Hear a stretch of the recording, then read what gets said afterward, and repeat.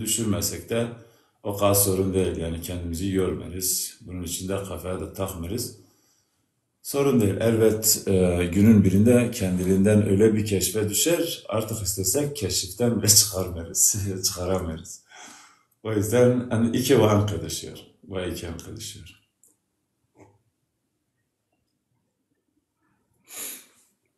Evet.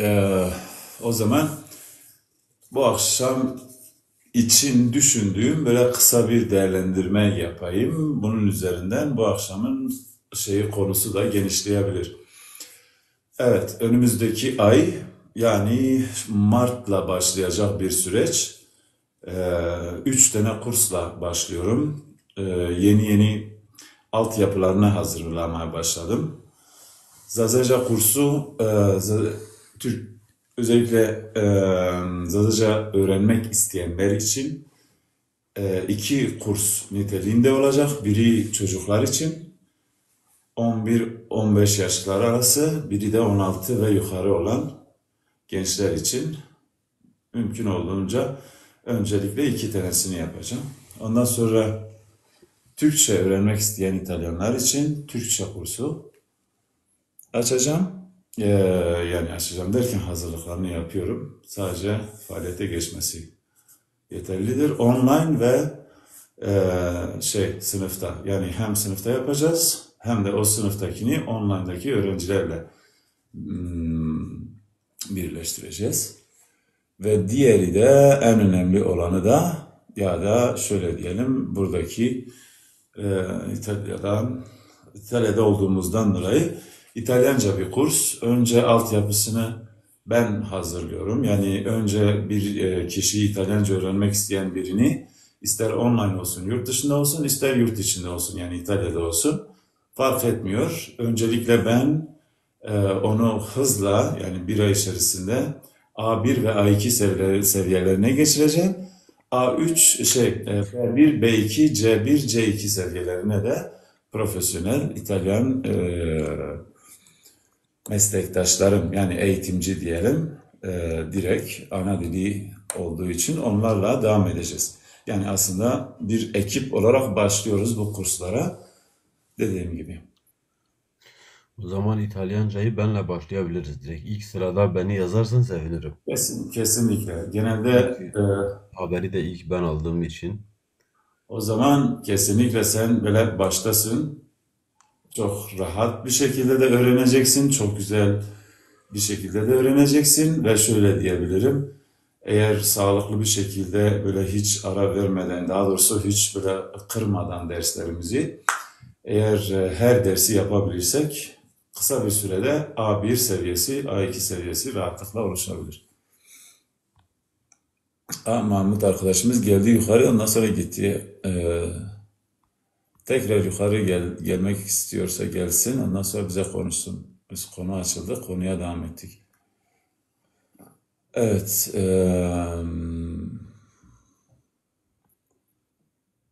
yaptık. Varsa aleykümselam 02 Kirve 02, hoş geldiniz.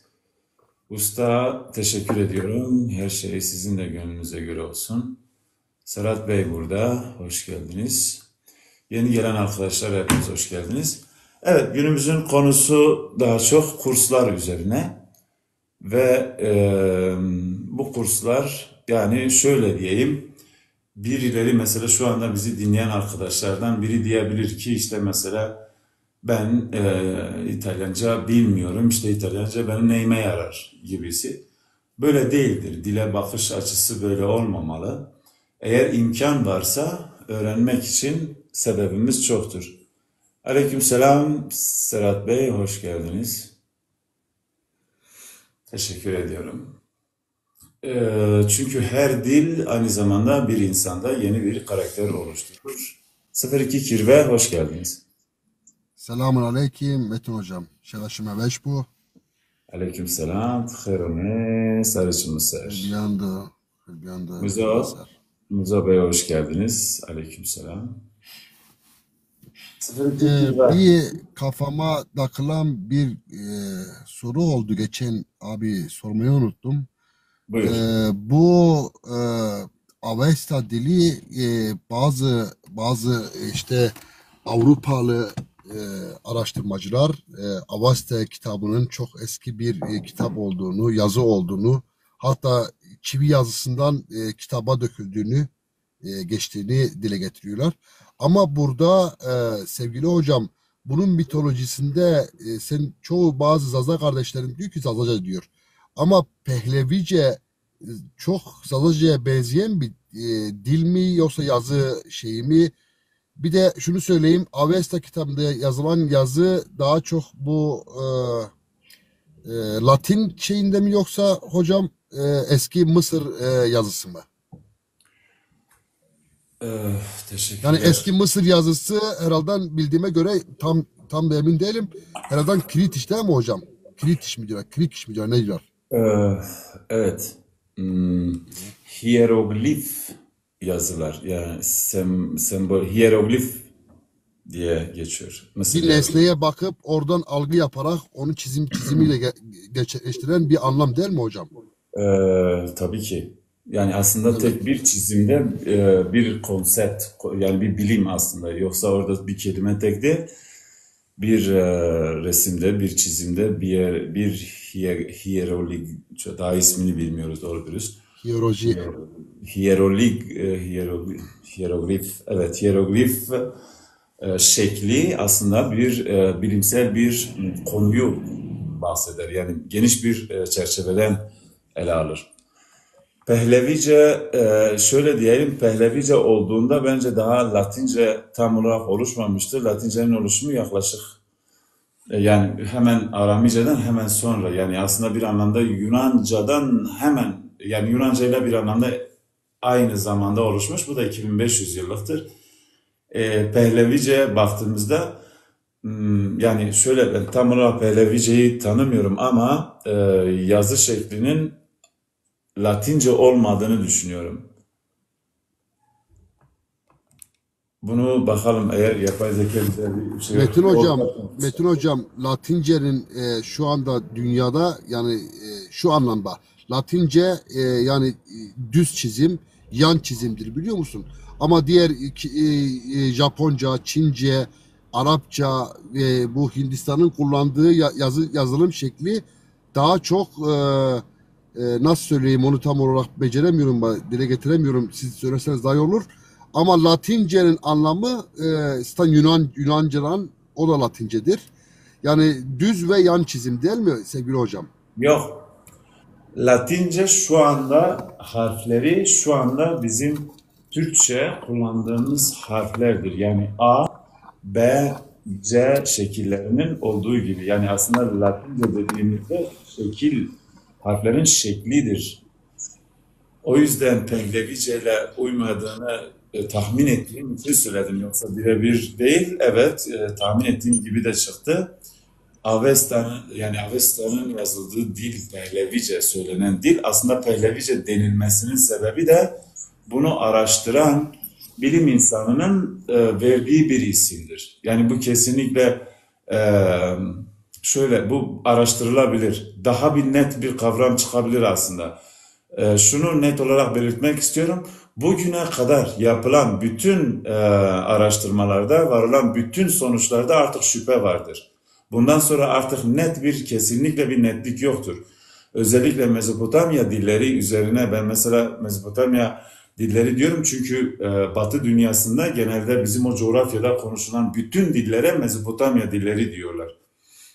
Şöyle diyebilirim, Mezopotamya dillerine isim, tanım ve işte dilin fiziki yapısına bugüne kadar verilen anlam ve tanım kesinlikle artık bundan sonra sorgulanmalıdır. Yani Batı'nın bilim insanları bile şu anda bizim konuştuğumuz dillerin tam olarak ne anlama geldiğini bilmedikleri için bugüne kadar yaptığı bütün analizler en azından benim şahsımda şüphelidir. Çünkü niye? Bunlar sınıflandırmalardır. Yani eğer mesela örneğin şöyle bir şey. Eğer sizin diyelim ki üniversitede bir dil seçtiniz ve bu dil üzerine bir derinlikli bir araştırma yapmak istediniz. derinlikli bir araştırma yapabilmenin tek bir yöntemi varsa size profesör şunu söyler. Der ki o zaman işte senin seçtiğin dil bu dil ailesine, artık tek tek sayıp içine girmek istemiyorum. İşte bu dil ailesine aittir. Bu durumda o kişi sadece işte bilim insanlarının, o günün bilim insanlarının o dil ailesine verdiği tanım, içerisindeki mekanizma, oluşum şekli ve işte bağlı bulunduğu kültürler vesaire onları belirtir.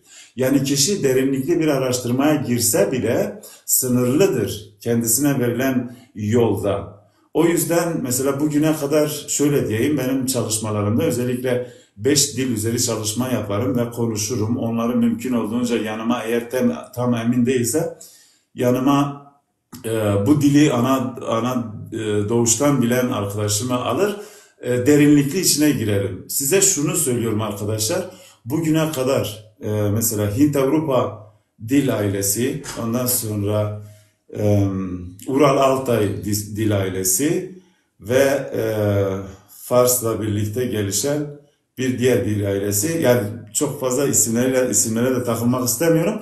Bütün bu dil aileleri ayrı ayrı ele alındığı için bir kişi mesela örneğin Türkçeyi derinlikli çalışmak isterse profesör onu yanlış yönlendirebiliyor rahatlıkla. Çünkü profesörün bildiği sadece odur. İşte burada ben bir anlamda bilimsel dogma diyorum ben buna. Yani bilimin içerisinde de bir dogma vardır. Çünkü eğer bilim sana sadece limit gösterip o limitin içerisinde çalışmanı belirtirse bu da demektir ki bilim çıkabilecek yeni sonuçlara yer vermediği içindir. O yüzden mesela bir dil hattını çalışmaktan çok o dilin içinde bulunduğu coğrafya ve etrafında bulunan bütün kültürlerdeki konuşulan dilleri derinlikli araştırırsa insan, doğal olarak işte bahsettiğim örnek olarak Türkçe dilini vermiştik. O öğrenci Türkçe dilini öğrenebilmek, yani net olarak derinlikli anlayabilmesi için etrafında konuşulan dilleri, yani benim önereceğim şey etrafında konuşulan dilleri öğrenmesidir.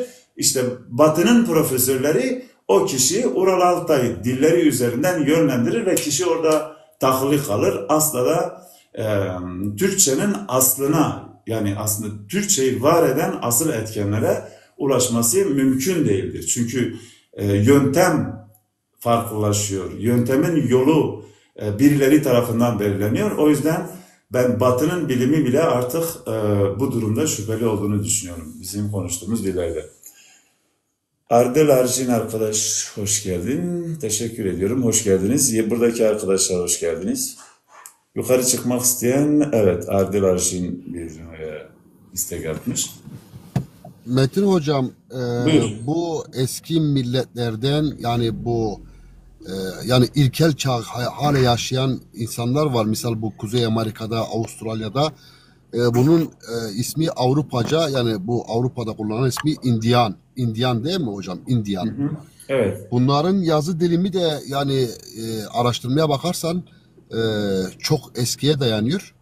Yani aynı bu Mısır yazısına çok benziyor. Pekala biz bunlara Latin diyebilir miyiz?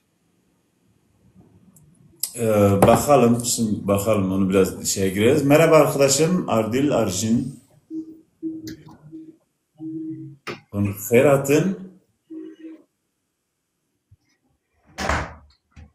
ses geliyor mu? Ardil Arjin. Herhalde müsait değil abi ya.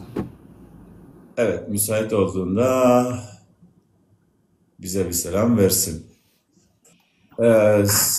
Aborjinler, senin o dediğin işte Avustralya, oralardan bahsediyorsun. Indian. Ya, misal Kuzey Amerika'yı söyleyeyim hocam. Tamam, Kuzey Amerika'da Kızılderili. Kızılderili, Yani, evet. evet. Kızılderililer. Onların kullandığı yazı dilimi de çok eski bir yazı herhalde bildiğime göre, değil mi hocam?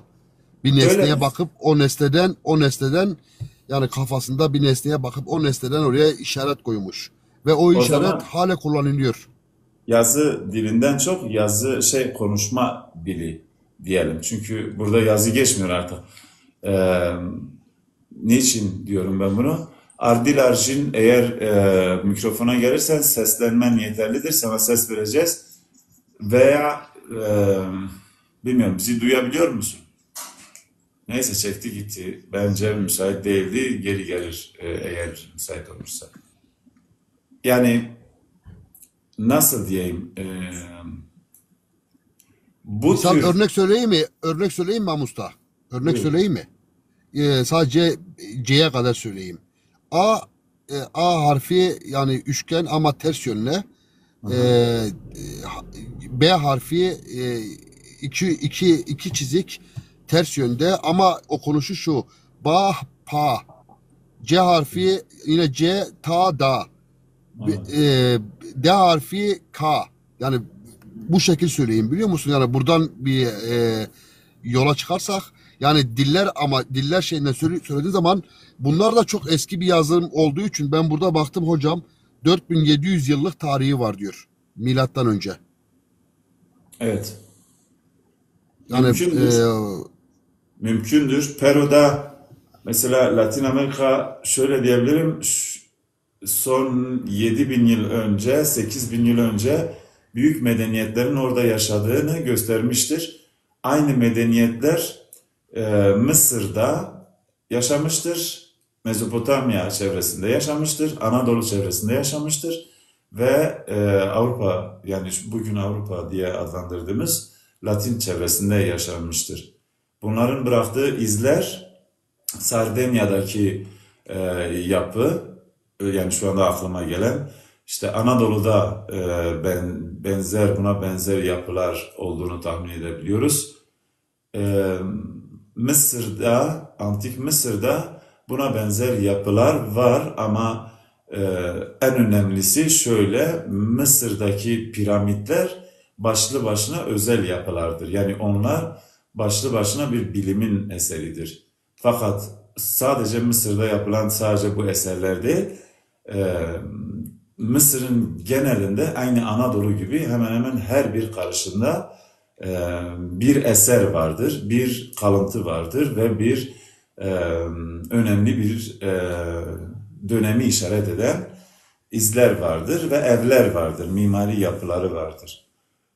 Şimdi böyle bir durumda ben orada konuşulan dilin bizim coğrafyada konuşulan dilden farklı olduğunu sanmıyorum. Doğal olarak şunu belirtebilirim. Medeniyet çağı başladığında, yani aslında tarım çağı dediğimiz medeniyet çağı başladığında, insanoğlu zaten bütün bir dünyayı keşfetmişti bir anlamda. Yani aslında akıllı bir insan tarafından bu dönem başlatılıyor. Şimdi oradan 15.000 yıl önceden, bundan 7.000 yıl önceki o Peru'daki, Latin Amerika'daki o yapılara baktığımızda aradan 7-8 bin yıl zaman geçmiş zaten. Yani 7-8 bin yıl içerisinde bu insan dünyanın bütün her tarafına gitmiştir. Yaşam standartlarının olduğu yerlerde de yerleşmiştir. Elbette nüfus çoğunluğu günümüzde kıyaslanamadığı gibi bunların zamanla yok olduğunu da kimse söyleyemez. Mesela ben geçen gün şunu söyledim, dedim ki Göbekli Tepe'nin etrafında en az 360 derece çevresinde yaklaşık 40-50 kilometrelik bir alanın tamamı bir tür koruma niteliğinde, bir tür müze niteliğinde, bir tür kültürel alan niteliğinde çembere alınabilir. Çünkü niye? Bugün oradaki köylülerde bile hala Göbekli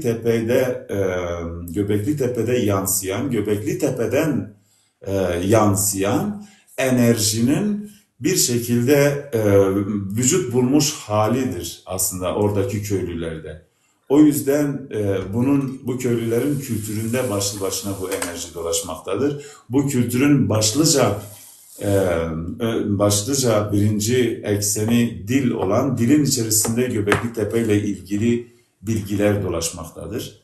Yani aynı şekilde mesela Çatalhöyük ve çevresinde aynı genişlikte oradaki köyler bir şekilde kültürel alan olarak şey edilebilir, ilan edilebilir ve etraflarındaki o köylerde de tabii bunları söylüyorum. Bunların oluşması sadece bahsettiklerim anlaşılırsa bundan elbette bir iki nesil ister büyük ihtimalle. Anlaşıldıktan sonra göreceksiniz ki hemen hemen bugün konuştuklarımız yarın yani o dönemde işte bahsettiğimiz o yarında uygulanabilir.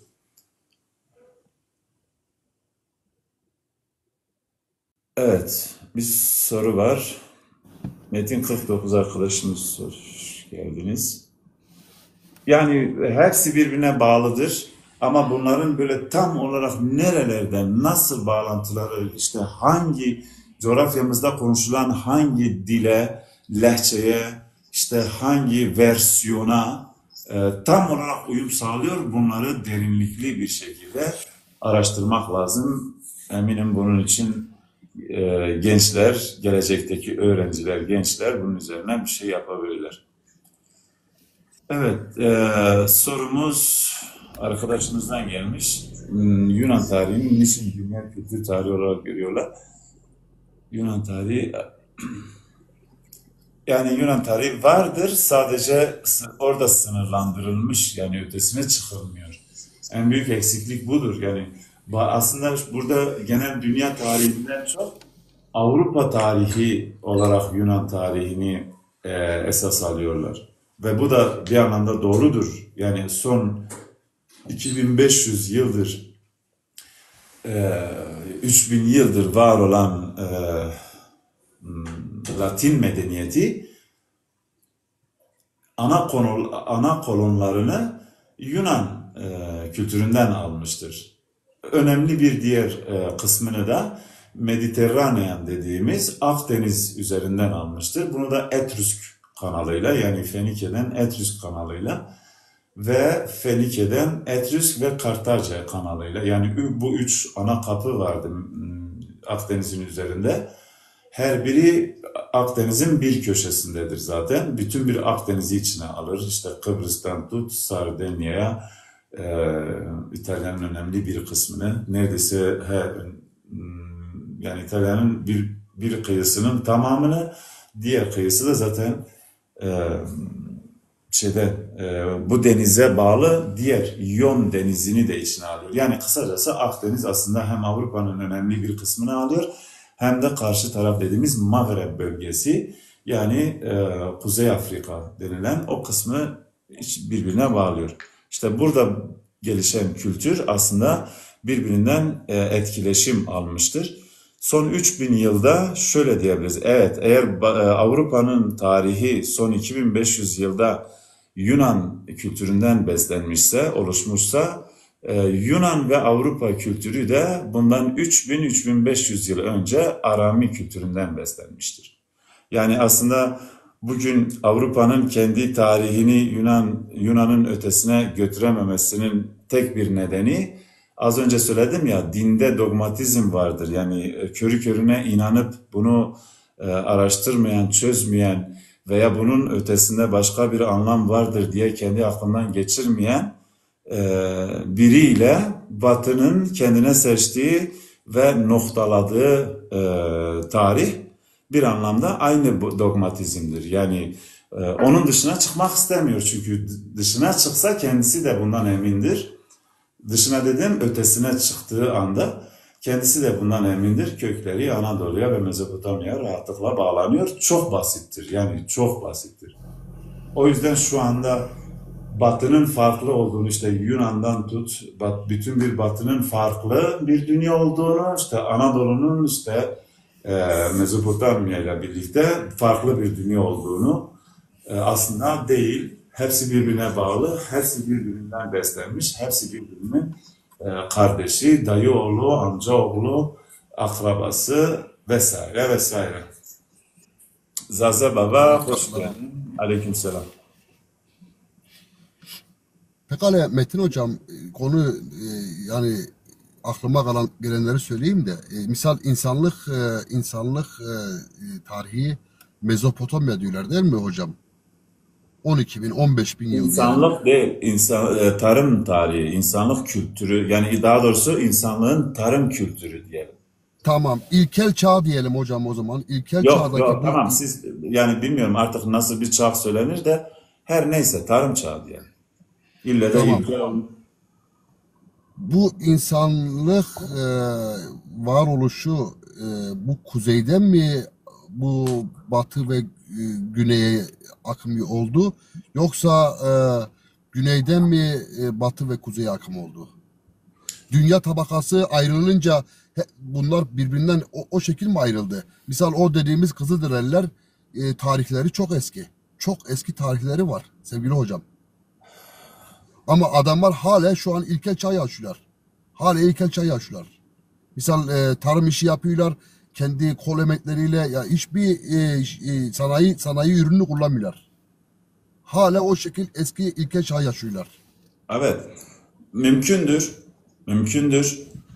Şöyle yani nasıl bir bağ kurmak istiyorsunuz bilmiyorum ama bütün bağlar var zaten. Oradaki işte Latin kültüründe, daha doğrusu bu Latin Amerika'da yaşayan kültürlerin, yerli kültürlerin e, eminim bizim coğrafyayla çok e, bağlantısı var. Hani kim nereden gelmiş, hangi yöne gelmiş, nereye gitmiş, e, bence bunu son 15 bin yıldan sonra çok fazla dert etmeye gerek yok. Eğer 15 bin yıldan öncesini dert edersen o zaman Neandertal, yani bilim insanlarının Neandertal'ın izlerini nerelerde bulduğunu takip edersin, bulursun. Hani ben de anlatabilirim elbette bir kısmını. Sadece bu böyle basit, yani basit ele alınmayacak bir türdendir. Niçin bunu söylüyorum? Yani insanlık son 2 milyon yıldır vardır. Son 2 milyon yıldır dünyanın her tarafında dolaşmıştır bu insan. Nereden geldiğini sorarsan Afrika'dır o zaman. Oradan çıktıktan sonra kuzeye de gitse tekrar aynı noktaya gelir, gene güney olur. Doğuya da gitse gene aynı noktaya gelir. Çünkü dünya yuvarlak olduğu için nereye giderse gitsin geleceği yön. Bizde bir Zazaca'da bir söz vardır. Nedir bu söz? Çoşuyor satır yanma. Yani şey diyor, tilki ağaca tırmanırsa nereden ne olursa olsun yine gövdesinden aşağı iner. Kişi ağaca tırmandığında ne olursa olsun yine gövdesinden iner. Öyle bir deyimdir. Şimdi bu insanın O zaman nereden bu gittiği o bizi kadar ayıran önemli. o zaman şunu anladım hocam ben. Teşekkür ederim. O zaman bizi tabak ayırdı. Dünya tabakası bizi hepimizi böldü. Hani bilmiyorum nasıl bir bölünme derken nasıl bir Dünya varsa. dünya diyelim deprem işte deprem oldu, büyük bir deprem oldu, tabaka ayrıldı, bir taraf kuzeye gitti, bir taraf doğuya, bir taraf batıya. Ya Dünyanın oğlum dörtte üçü şeydir. su deniliyor ya. Tamam da o jeografik bir şeydir. Bizi ilgilendirmiyor ki. Yani jeolojik bir şeydir. O kadar sorun değil. Bunu yani bunu kendimize dert etmeye gerek yok. Mesela diyelim ki aynı bizim işte köyün içinde böyle bir şey yaşansa, köyün yarısı karşı tarafta kalsa bir şekilde bir yöntemini bulur, bir köprü yapar gideriz. Ama niçin deprem olur, niçin ayrıldı? Bunu jeolojik öğrencilerimize bırakarız. Deriz ki oğlum hele siz bu jeolojiyle bir bakın, biz bu arada bir köprü yapıp karşıya gidelim akrabalarla tanışmak için. Görüşmek Evet, için. evet. Anlatabiliyor muyum? Evet. Zaza Teşekkür Baba, ederim hocam. bu soruları evet Ağzına daha önce yüreğine cevapladım. sağlık. Hiç soru da değil. Teşekkür ediyorum, evet. Kirve Yoldaş. Ben aşağıdayım Mamus'ta dinlemekteyim. Tamam. Teşekkür Tamam. ederim. Allah'a Ben emanet. teşekkür ederim. Buonasera, Sizler. buonanotte. Buonasera, buonanotte İtalyancası. Okay, gute İspanyolcası Nacht. notte'dir. Evet, sizin söylediğiniz direkt İspanyolcası. İtalyancası notte. Benim eşim Değil. İspanyol olduğu için çatpat İspanyolca biliyorum hocam. Aynen. O zaman başım üstüne. Kendine iyi bak. Allah'a emanetsin. Aşağıdayım. Eyvallah. Teşekkür ediyorum. Sağ olun.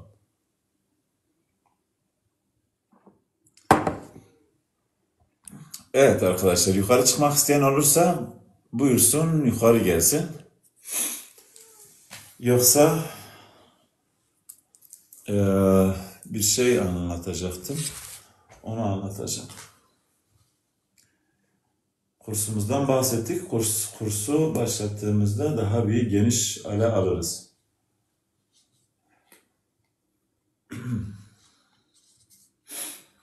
Madem ki bu akşam böyle konu arıyoruz, aslında gün içerisinde ara ara akşam yapacağım canlı yayın için bazen fikirler aklıma geliyor. Bunları kaydetmiyorum, diyorum nasıl olsa canlı yayın yaparken mutlaka denk geliyor. Genelde de sık sık bazı bölümler denk geliyor.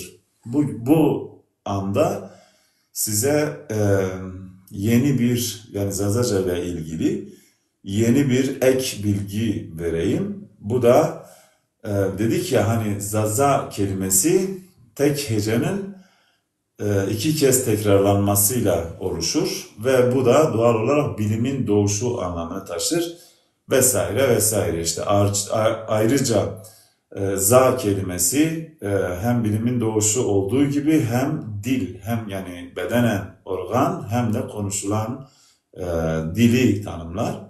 Ondan sonra sa kelimesi aynı zamanda bilimin meyvesi olan elmayı tanımlar. Zazaca'da halen öyledir. Ondan sonra zi kelimesi, bunu daha önce söyledim. Zi kelimesi de za'dan türemiş. O da bilge demektir. Size daha önce tekrar söyledim. Bir daha tekrarlıyorum. Zia, zio kelimeleri İtalyanca'da geçer. Amca, teyze, hala, dayı anlamındadır. Fakat Latince'ye kadar inince bunların anlamı aynı zamanda bilge amca, bilge dayı, bilge teyze, bilgeliği temsil eden büyükleri tanımlar. Evet, Zaza kelimesinin Hindistan'da olduğunu söylemiştim. Evet, Tata arabasını biliyorsunuz. Pick-up, bir pick-up var. Dünyada şu anda galiba pick-up'ları dünyada eşi benzeri yok. O derecede hem tanınmış bir markadır, Hindistanlı bir markadır. Herkes bilir bu markayı. İşte oradaki Tata kelimesi aslında Zaza'dan türemiştir. Ve bu kişi, yani aslında Tata arabasının sahibi ya da bu fabrikanın sahibi, bu markanın sahibi Hindistan'da özel bir bölgede yaşıyor tüm ailesiyle birlikte. Aslında bütün bir kabile eski Fars medeniyetinden oraya geçmişler. Fars ülkesinden oraya geçmişler. Yani aslında bir anlamda kökleri Sasani İmparatorluğu'na kadar ulaşan bir aileymiş bu Tata arabasının sahipleri. Doğal olarak kullandıkları tanım da Tata geçen kelime aslında Zaza'dan türeyen bir kelimedir. Bunun dışında Japonya'nın bir ili var. İşte bu ilin ismi Zama'dır. Zama kelimesi doğal olarak hiç mutasyona uğramadan doğduğu topraklardan Japonya'ya gitmiş, orada yaşamaktadır. Eminim araştırılırsa Japonya'da ya da Japonca çalışan öğrenciler varsa Türkiye'de, bizi şu anda dinleyen varsa, Japonca kültürünü tanıyan, çalışan insanlar varsa mutlaka bu Zama'ya gidebilirler. Eğer doğuştan ana dili Zazaca olan biri varsa mutlaka bu Zama iline gittiğinde, eğer edebiliyorsa bu zamanın köylerine ya da orada konuşulan eski dile bir kulak versin, bir araştırmasını yapabilir. Doğal olarak zamanın bir şekilde antik anlamıyla ve onu oluşturan atalarının birebir Zazaca eksenli bir kültürü yaşadıklarını ve bu kültür de orada yer edindiği için günümüzdeki modern Japonya'da bir ile verilmiştir. O ile verilmiştir. Hatta bir bölgedir. Yani aslında bir ildir ama bir bölge kadar büyükmüş. Bunu da söyledik. Asıl bu akşam söylememiz gerekeni söylüyorduk. Madem ki Zazaca kelimesinin etimolojik anlamlarını bulmaya çalışıyoruz. Zaza kelimesini tersinden okuyunca az kelimesi oluşur. az hala bizim coğrafyada yani Toros dağlarında özellikle günümüzdeki tanımlarıyla söylemem gerekirse bizim orada bir köye verilen bir isimdir. Yani aslında toponom olarak geçmektedir. O yüzden Bingöl'ün Az köyü aynı zamanda Zaza kelimesini oluşturan kavram olan ve hem bilimi hem doğuşu hem organ olan dili hem konuşma dilini hem bilgeliği simgeleyen za kelimesi tersten okununca az olur ve bu az da toponom olarak şu anda hala o coğrafyada geçmektedir. Günümüzde Az köyüne verilmiştir. O yüzden Az kelimesi aslında za kelimesinin, za kavramının tersten okunuşudur. Peki bunun oluşumunu etkileyen sebep nedir? Açıktır. Çünkü ben size daha önce de söyledim. Dilin oluşum süreci profesyonel olabilir, akademik olabilir. Fakat bunun gelişmesini sağlayan teknik doğaldır. Yani aslında mantıktır. Mesela örneğin bir çocuk bir dili konuşmaya başlayınca onu önce duyar, işte daha sonra beyin onu kaydeder, daha sonra fizik bunu uygulamaya koyar vesaire.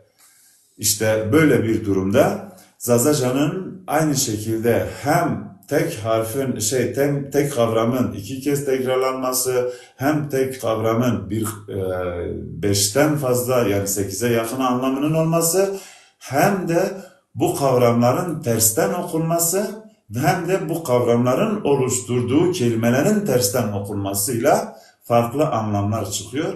Birincisi dedik ya işte az kelimesi hala dolaşmaktadır toponom sistemiyle bir köye verilen bir isimdir.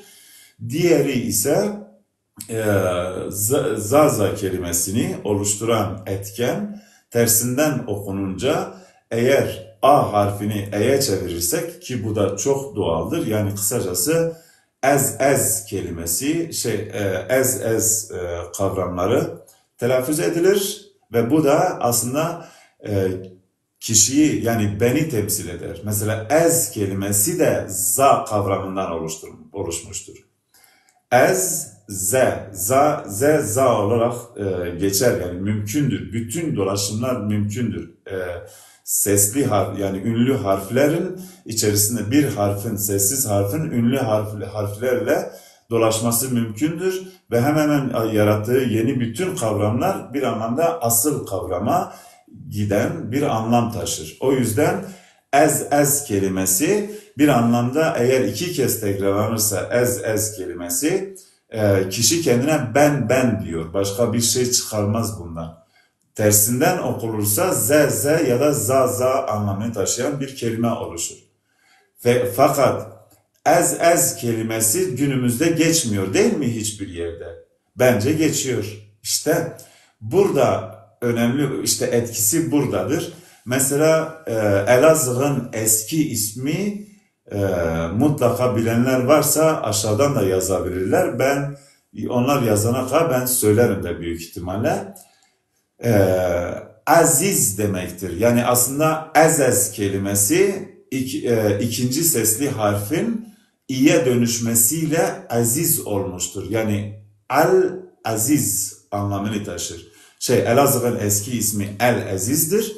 İşte bu aziz kelimesi, daha doğrusu aziz günümüzde Türkçe'de aziz anlamını taşıyan, yani antroponom bir sistemle dolaşan bu kelime, Zazaca'nın tersten okunmasıyla oluşmuştur. Yani aslında tek bir kavram, şöyle diyebilirim, yani Zaza ismini oluşturan tek bir kavram,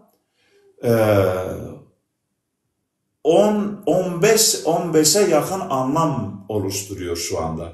Yani tek bir cümle, şöyle diyebilirim, istesem 1-2 saat içerisinde yaklaşık 1000 tane kelimeyle bir hikaye oluşturabilirim ve bu hikayenin tamamı eğer bilgelik, işte bahsettiğim yani za kavramının oluşturduğu bütün anlamları tek tek oluşturarak şöyle diyebilirim, yani za kavramını diyelim ki 1000 kelime ise 500 kez za kavramını tekrarlarsam, 500 kez de tersini tekrarlarsam kısacası bir konu oluşturulabilir. Yani şöyle diyebilirim. Yani benim amacım sadece bu kavramdan cümle ve konu çıkarmak değil.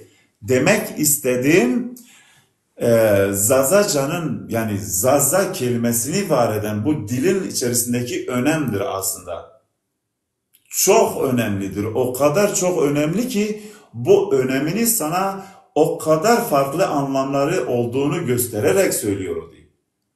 O yüzden bugüne kadar genelde Zaza kelimesini genelde hep söylüyordum semantik yöntemini, fakat birebir bugün bunun tam tersinden oluşan anlamlarının da bir o kadar kendisi gibi önceki anlamları gibidir ve onlara bağlanır. Yani as kelimesi birebir bendir. As za ya da za az. Yani aslında aynı kavramı birden fazla kez tekrar etsen, birdenbire tersine söylesen ve tekrar etsen aslında bir cümleyi 7-8 kelimeden oluşan bir cümleyi oluşturabiliyorsun. İşte budur aslında ilk dilin, tarım çağını başlatan ilk dilin sahip olduğu mekanizma. İşte bu mekanizmayla günümüzdeki dünya kültürleri oluşmuştur.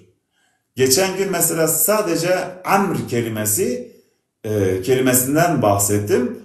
Amr kelimesi biliyorsunuz ömür kelimesidir ki Türkçe'de de ömürdür zaten. Bak aynı kelime Türkçe'ye de geçmiş. Günümüzdeki telaffuzu Türkçe'de kendi moduyla söylenir ve doğal olarak Türkçe bir kelime olarak bilinir artık.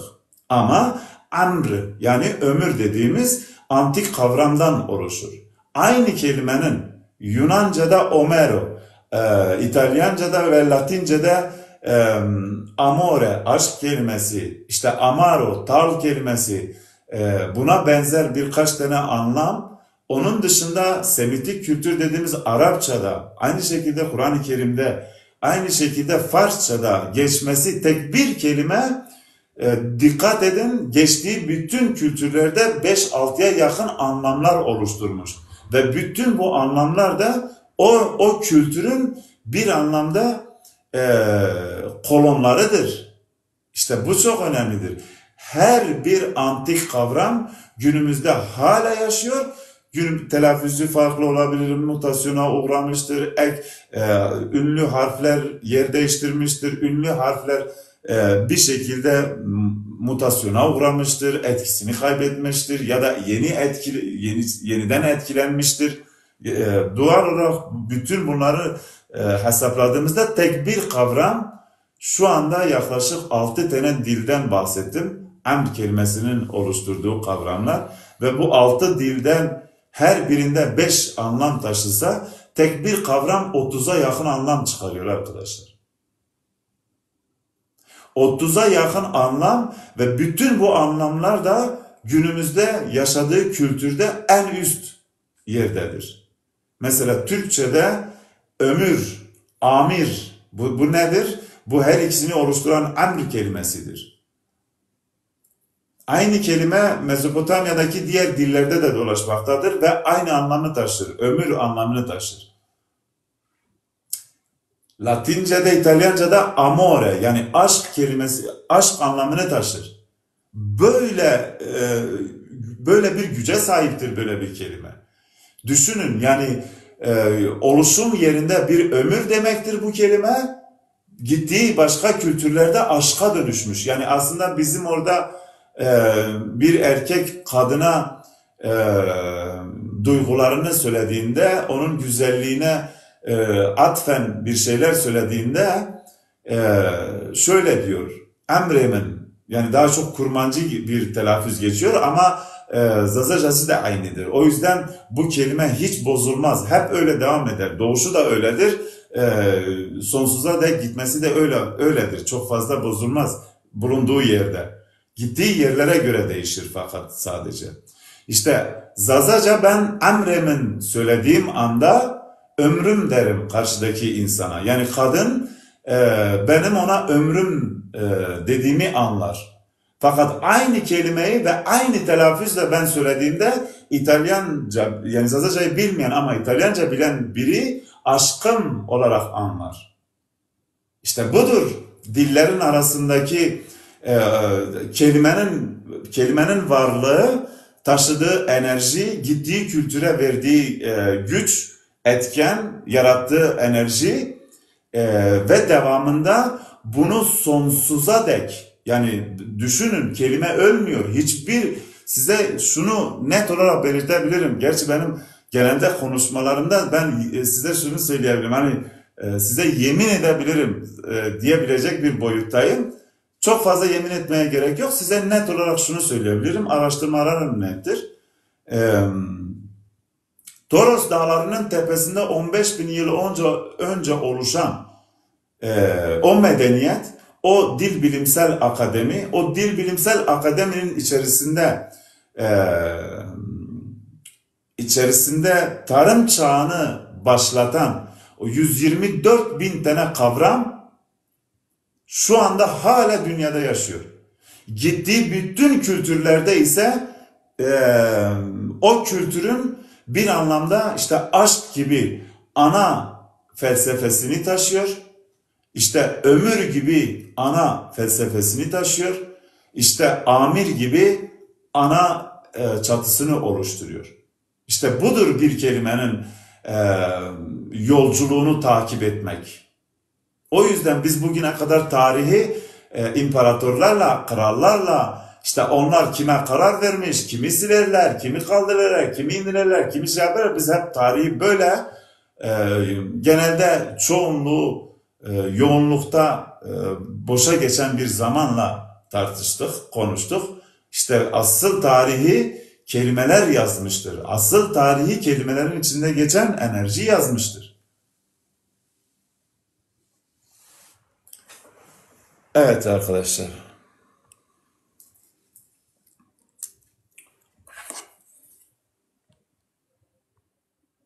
Dersimli teşekkür ediyorum.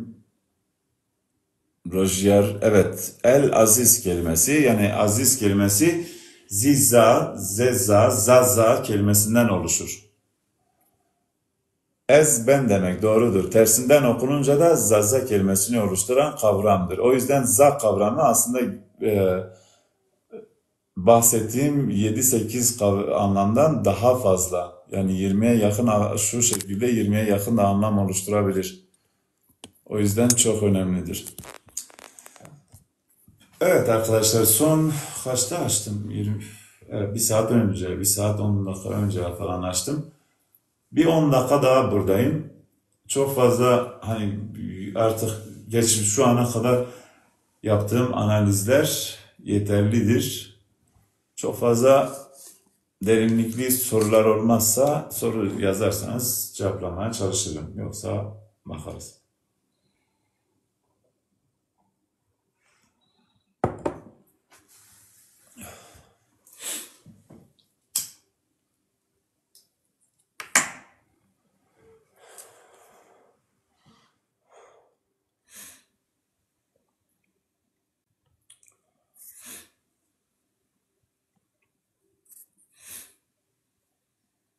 Ardil Arşin. Kürtlerin kökeni Zazadır. Bundan sonra öyle görürsün. Yani o artık nettir, tartışmasız bir şekilde buna, yani şöyle diyeyim, benim çalışmalarımla artık bundan sonra bütün bakış açıları biraz değişebilir. Aynen. Bazen tersten olunca insanlar tersten de anlıyor. Doğal olarak birbirlerine de kızıyorlar.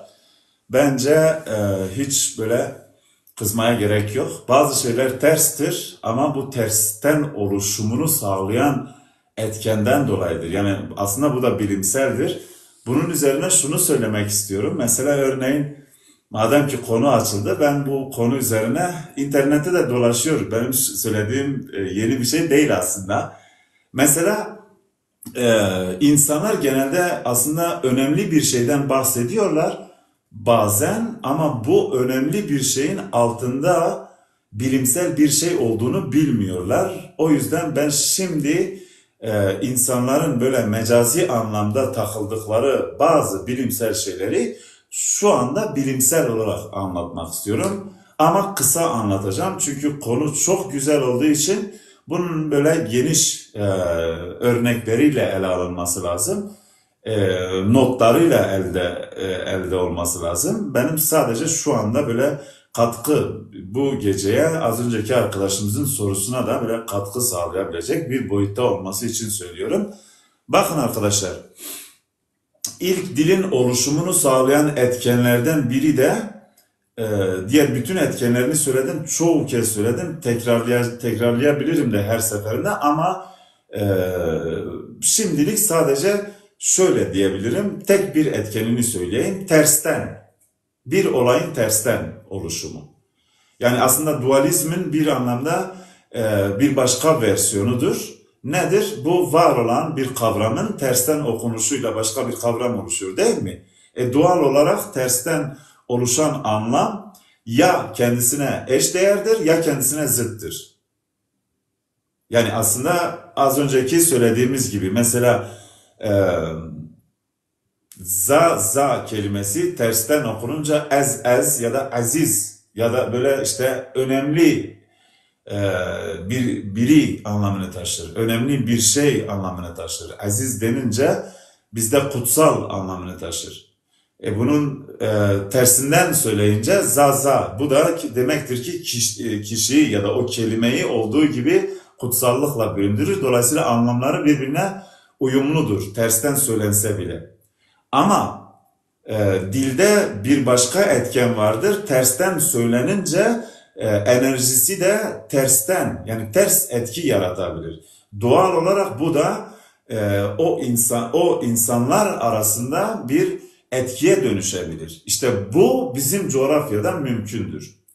Nasıl diyelim? Doğu Toroslarda, yani aslında Jude'nin etrafında gelişen Doğu Toroslarda ilk medeniyet, tarım çağını başlatan bu akademi, daha sonra etrafında bir kültürleşmeye geçiyor ve bu kültürleşme bildiğiniz gibi bugün hala günümüzde Kürt ismi olarak geçiyor, tarihte Kırd ismi geçiyor, birçok yerde birçok farklı tanımla geçiyor. Med döneminde Medyalılar olarak geçiyor, Hattiti, Hurriti dönemlerinde farklı kelimelerle geçiyor. Yani kısacası birçok dönemde farklı kelimelerle geçiyor. O yüzden bugün Kürt kelimesini kendine tabu yapan insanlar tabu yapmasa iyidir. Bence aslında bunun 3000 yıl önce med deniliyorsa med de güzel bir şeydir. Yani kelimelere takılıp kelimeleri tabu haline getirmesek bir anlamda hem kendimizi anlarız hem de coğrafyamızı anlarız. Ya da oranın orada oluşan antik kültürü anlarız. Biz kendimizi anladığımızda o zaman Batı'nın da bize bugüne kadar taktığı o yamalar, o kuyruklar bir şekilde artık yerini bize danışmaya bırakacak. Yani bizi tanımlamaları artık bitti. Bundan sonra bizi tanımak için bize bir şekilde el uzatmaları gerekiyor. Bu da şeydir, bizim elimiz hep uzanmıştır. Hep selamlaşmaya hazırdır. O yüzden böyle bir durumda artık insanların kendi bilimini ya da insanların kendisinde eksik hissettiği bilgiyi bir şekilde gelip bizim insanlardan alabilirler. Bunun için bilinçli bir toplum gelişmesi gerekiyor. İşte bilinç, benim şu anda bahsettiğim bu çalışmalarla tabii bugüne kadar farklı sosyolojik, akademik bütün alanlarda farklı bir şekilde gelişen bilinç günümüzde artık yeni bir versiyonuyla tanışıyor. Yeni bir versiyonu nedir? İçinde bulunduğumuz coğrafya dünyanın şekillenmesini var eden antik bir kültüre sahiptir. Bu antik kültürün bilincinde olan her insan buna göre kendini geliştirir, buna göre kendini bilinçlendirir. Bilinçlendirdikten sonra emin olun Batı'nın eksik kalan bilimi mecburen buranın kapısını çalacak. Bir arkadaş istek etmiş. Uzer 77 tam olarak isim yok ama istek varsa eğer yukarı alıyoruz. İyi akşamlar, selamlar. İyi akşamlar, aleykümselam, hoş geldiniz. Bir Hoş bulduk, isminiz, herhangi teşekkürler. bir Çok isim de verebilirsiniz, şey sadece söyledin hitap etmek orada, için. sadece şunu tamamlamak istemiştim. Eğer biz yöre halkı, bölge halkı kendimizi tanırsak dünya bizi tanır. Eğer biz kendimizi tanımazsak biz dünyayı tanımak zorunda kalırız. Yani kısacası bu, başka hiçbir şey de yok. Kesinlikle Bunu katılıyorum. yani hiç Kesinlikle gerçekten katılıyorum. de biz yok ilk insan, ilk oluşum, yok sosyoloji, yok coğrafya, yok edebiyatımız, kültürümüz, gerçekten de kendimizi tanımıyoruz. En büyük eksikliğimiz bu. Ki dünyanın bugün sözüm ona kendisine medeni toplum diyen toplumlara baktığın zaman kendilerinin ilk alfabesinin ilk harflerini bile kimlerden aldıkları ortadadır. Yani bunu hiç anlatmaya söylemeye gerek yok. Ku em xwe nas bikin, dünyayê me nas bike. Ku em xwe nas nekin, em ê dünyayê nas bikin. Îca lazmatî biçeye, lazmatî em gere xwe nas bikin, em zanibin em kî ne. Spas, hoş bu, Hoş. hoş bu, güzeldi, Carekî kesinlikle. vê dema te xweş, şeva te baş û kar û xebatê te da serkeftin. Bijî ji te re. Zor spas dikim, serçava, serçava. Varan Deniz, iyi akşamlar, hoş geldiniz. Tiştek depersi halo. Ez na spas, ez piskuyekêm tune heye. Spas. Tamam, tamam halo. Dema te xweş. Spas. Ez godarê te me bêje. Ha, naha az mesaj dixunim, ev hevalên mesaj şandiye. Ere, şeş ve şeş toplu.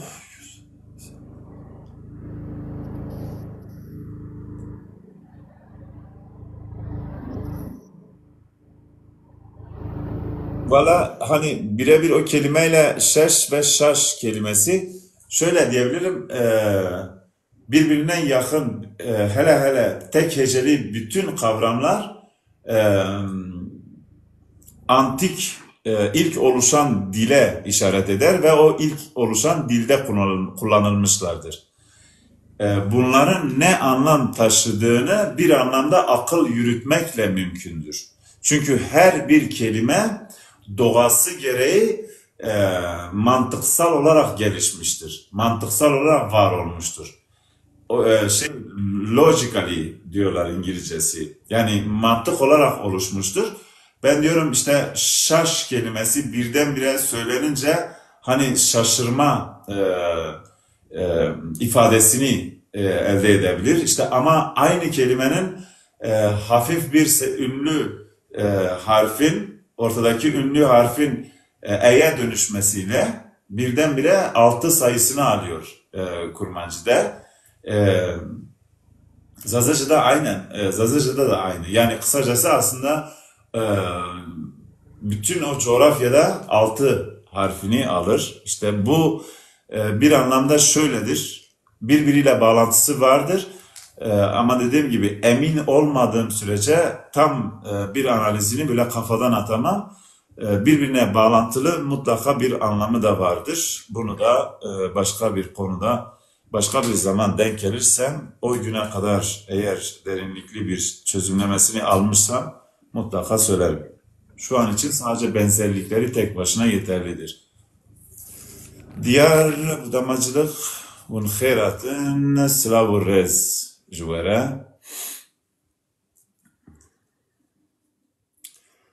Mesaj. Ya valla mesaj vatedir. Genelde vate kelimesi birçok alanda kullanılabilir. Haber, vatı, haber de olabilir.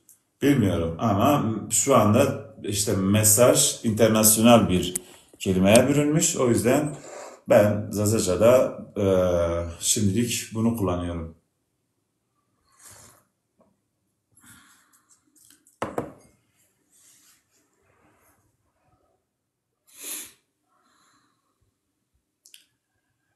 Evet, bütün diller, yani şöyle söyleyeyim, Anadolu ve Mezopotamya çevresinde oluşan ve daha sonra dünya çevresine giden bütün diller ilk var olduğu dilden hemen sonra kendilerine bir, iki veya üç harf takarlar ya da şöyle bir şey. Mesela ilk dil tek kavramlıdır. Ondan sonraki dil çift kavramların birleşmesiyle veya tek kavramların olduğu gibi telaffuzuyla devam eder. Ondan sonraki üçüncü aşamada oluşulan dil ise üç tane kavramı bir araya getirir. Hatta dörde kadar gidebilir. Fakat çift kavramlı olanlara da, çift kavramlı olan kelimelere de ek bir kelime, ek bir harf, bir harf ekleyebilir ya da iki harf ekleyebilir. Bunu ekleyince o dile, o kültüre göre yeni bir dil oluşur. Ve bu da çok normaldir. Yani Rusçanın günümüzde bizim coğrafyada konuşulan dile çok yakın olması çok normaldir. Tek bir farkı varsa artık Rusça zamanla tam stabil bir dil oluşmaya giderken artık bundan kaç bin yıl önce bilmiyoruz. Ben Yunancayı 3000 yıl biliyorsam aşağı yukarı aynı dönemlerde Rusça ile de bir ilişki kurabiliriz, tarihi bir ilişki. Böyle bir dönemde kurulmaya başladığında sizin bahsettiğiniz gibi işte kelimenin sonuna bir ve iki harf eklenerek o dile uyum sağlamıştır. O coğrafyanın kültürüne uyum sağlamıştır. Dikkat edin, Latince'de kelimenin sonuna gelen S harfi. Mesela bugün İngilizce'de çoğula genelde S harfi eklenir ya. Mesela bu çok basit bir kuraldır. Artık o İngilizceyi öğrenenlerin hepsi o kuralı hiçbir zaman kaybetmezler. O İngilizceyi de doğal bir şekilde öğrenip artık ileriki bir zamanlarda nerede geçmez, nerede geçer onu da rahatlıkla anlayabilirler. İşte bu İngilizce'deki o S harfi de İngilizce oluştuğunda bir anlamda Latince'deki örnek ele alınmış. Yani İngilizce yeni oluştuğunda, İngilizce yeni oluşan bir dildir. Çok antik bir tarihi yoktur. Latin dillerinden oluşmuştur. Latin dillerinden oluşmasının etkisi içerisindeki bütün kelimeler Latinceden alınmıştır.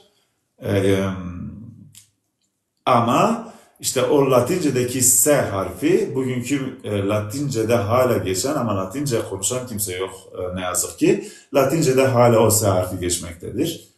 Bu da dediğim gibi yani Latince oluştuğunda bunun Latince olduğunu belirleyen artık S harfi olmuştur. Onun için sadece S değildir tabii ki.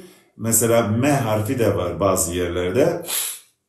Mesela homos diyelim ki domus mesela örneğin ev anlamını taşıyor. İşte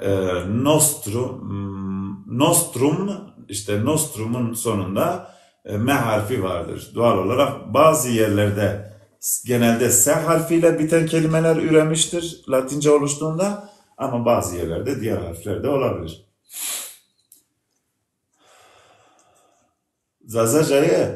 Zazaca'yı anlatmak için ansiklopediler lazım. Yemin ediyorum. Güzel, çok güzel bir şeydir. Gerçekten heyecan vericidir. Yani bambaşka bir şeydir Zazaca.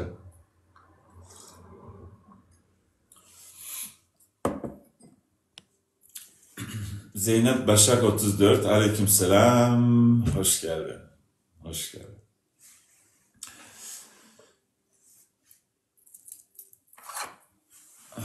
Valla çok güzel bir dildir. Ben yani tamam doğuştan bunu hissediyordum ama hani böyle günün birinde bilinçli bir şekilde bunu hissetmek bambaşka bir şey. Yemin ediyorum. Bambaşka bir duygudur. Elbette yani bu heyecanı bugün hissetmek bunu hak ettiğimizi gösteriyor aslında. Gerçekten bu kadar güzel, bu kadar muhteşem, bu kadar bilimin aslında kök hücresini besleyen Zazacan'ın e, bu denli devasa bir öneme sahip olduğunu anlamak bambaşka güzel. Bunu anlatabilmek bambaşka bir güzelliğe sahiptir. Öyle. Palermo Çevlik, aleykümselam, hoş geldiniz.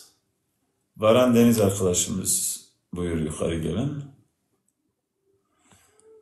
Zeynep Başak 34. Evet, Varan Bey, merhaba. Merhaba hocam, nasılsınız? Teşekkür ediyorum. Siz nasılsınız? Ben de iyiyim, teşekkür ederim. Ben geçmişte ticaret yaparken İstanbul'da Rusça öğrenmiştim biraz. Laleli esnafla yapmıştım. Şimdi orada Başınız. sayıları duyunca çok garibime gitmiş. Dedim ya Zazaca'ya neden bu kadar benziyor? Mesela Değil Adil, mi? Dava, Çıtri, Pet, Şes, Aynen. Des. Hocam Desit, David Desit, 9-10. David Desit. Doğrudur. Yani sonunda harf fazlalıkları var. Kesinlikle. Bir de şey Ama mesela hayır evet, kelimesi onlar need diyorlar niye? bizim gibi niyeto da diyorlar. Nieto. Ni Anladım. ni. Yani şöyle bir şey Pardon niyeto. ben tahmin etmiştim. Aslında ilk yeni kitabımı Türkçe ikinci olan Türkçe kitabımı yazmaya başladığımda bir şüpheye girmiştim. Dedim benim bir şekilde hani tamam ben yazacağım da bunun sadece benim aklımda mantıksal oluşumunu anlatıyorum. İşte yarın öbür gün biri gelip bana derse hiç alakası yoktur. İşte senin bahsettiğin yöntemle burada oluşan kültürde hiç alakası yoktur derse ben orada sıkışır kalırım ki böyle bir şey beklemiyorum elbette. Çünkü bunların yaptığım analizlerin dönemsel olarak ele alınması bile başlı başına büyük bir çalışma gerektirir. Belki sanmıyorum yani bilim insanları bugün bu kadar geniş bir çalışmaya el atacaklarını sanmıyorum. Günün birinde el atarlarsa kendiliğinden zaten gelişir. Ve Laz kültürünü anlatmaya başladım. İşte o bölüme geldiğimde Toros Dağları'nın tepesinde başlayan 15 bin yıl önceki medeniyet yavaş yavaş Orta Anadolu, Torosları takip ederek Orta Anadolu'yu ve Batı Anadolu dediğimiz Batı Toroslarla birlikte Ege'ye iniyor. İşte Laz bölgesini oluşturan, Laz kültürünü oluşturan, Laz da zal kelimesinden aslında zaya bir le eklenir. Zal olur. Zal bir renk ya da bir açıklık ifadesidir. Bunun tersi de Laz'dır. O Z harfi C'ye zaten C ile eşdeğerdir bir anlamda. Lac demektir. Çocuk yani oğul anlamını taşır. Bu da Torosların oğlu, Toroslardan gelenden oluşan bir anlam taşır. Bunu anlatırken doğal olarak Laz kültürünü var etmişse eğer işte bu bahsettiğim dil Karadeniz'e sınır olan bütün medeniyetlerde de mutlaka dil geçişi olmuştur.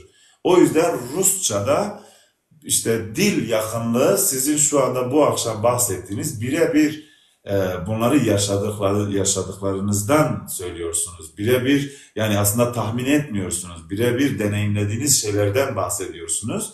Ve bu da şunu gösteriyor. Elbette ben de o zaman araştırmaya gidip netlik kazandıktan sonra olduğu gibi çalışmama devam ettim.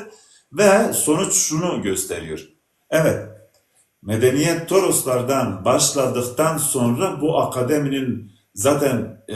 akademinin başlaması zaten başlı başına dünyada eşi benzeri olmayan bir bilimle, bir güzellikle başladı. Böyle bir kültürle, böyle bir birikimle başlayan bir medeniyet yani zamanla etkisini kaybetse bile gideceği bütün coğrafyalarda kültürünü tamamen bundan inşa eder. O yüzden işte Karadeniz kültürünün oluşumu bundan 7-8 bin yıl öncedir. e, hemen karşı tarafa geçmelerde işte Rusya, Romanya, Ukrayna gibi işte o Karadeniz'in etrafındaki e, hatta Gürcistan dahil, Kafkaslar da dahil bir şekilde onlar da bu süre zarfında etkilenmişlerdir. Günümüzde farklı bir kültür olarak gözüküyor ama kök olarak hepsi tek bir aileden gelir bu kültürler. Gittikleri coğrafyada değişirler. Şöyle diyebilirim, bugün Rusçanın bizim coğrafyada konuşulan dillere, özellikle Zazaca'ya, işte Kurmancı'ya, diğer bütün dillere çok yakınlığının olması, bu benzerlik tesadüf değildir. Birebir aynı anneden geldiklerini işaret eder. Yani bu kadar. Bizim sadece şöyle bir şey söyleyeyim, konuyu kapatmak açısından ya da konuyu farklı bir şekilde açabiliriz elbette. Bütün işte Toros Dağları'nda başlayan medeniyet anadır. Ondan sonra oluşan günümüzdeki bütün medeniyetler bunun çocuğudur. Yani kısacası Ruslar bizim kuzenimizdir, Farslar bizim kuzenimizdir. İşte Anadolu ve Yunanlara karşıya doğru geçerken bunların hepsi artık bizim kuzenimizdir artık. Yani artık derken artık değil, öyleydi zaten. Ben bunu sadece bugün bilimsel olarak kanıtlamaya çalışıyorum aslında. Evet. Hocam dediniz ya, Laz için hani lac, Evet. ol anlamına geliyor bir anlamda dediniz ya.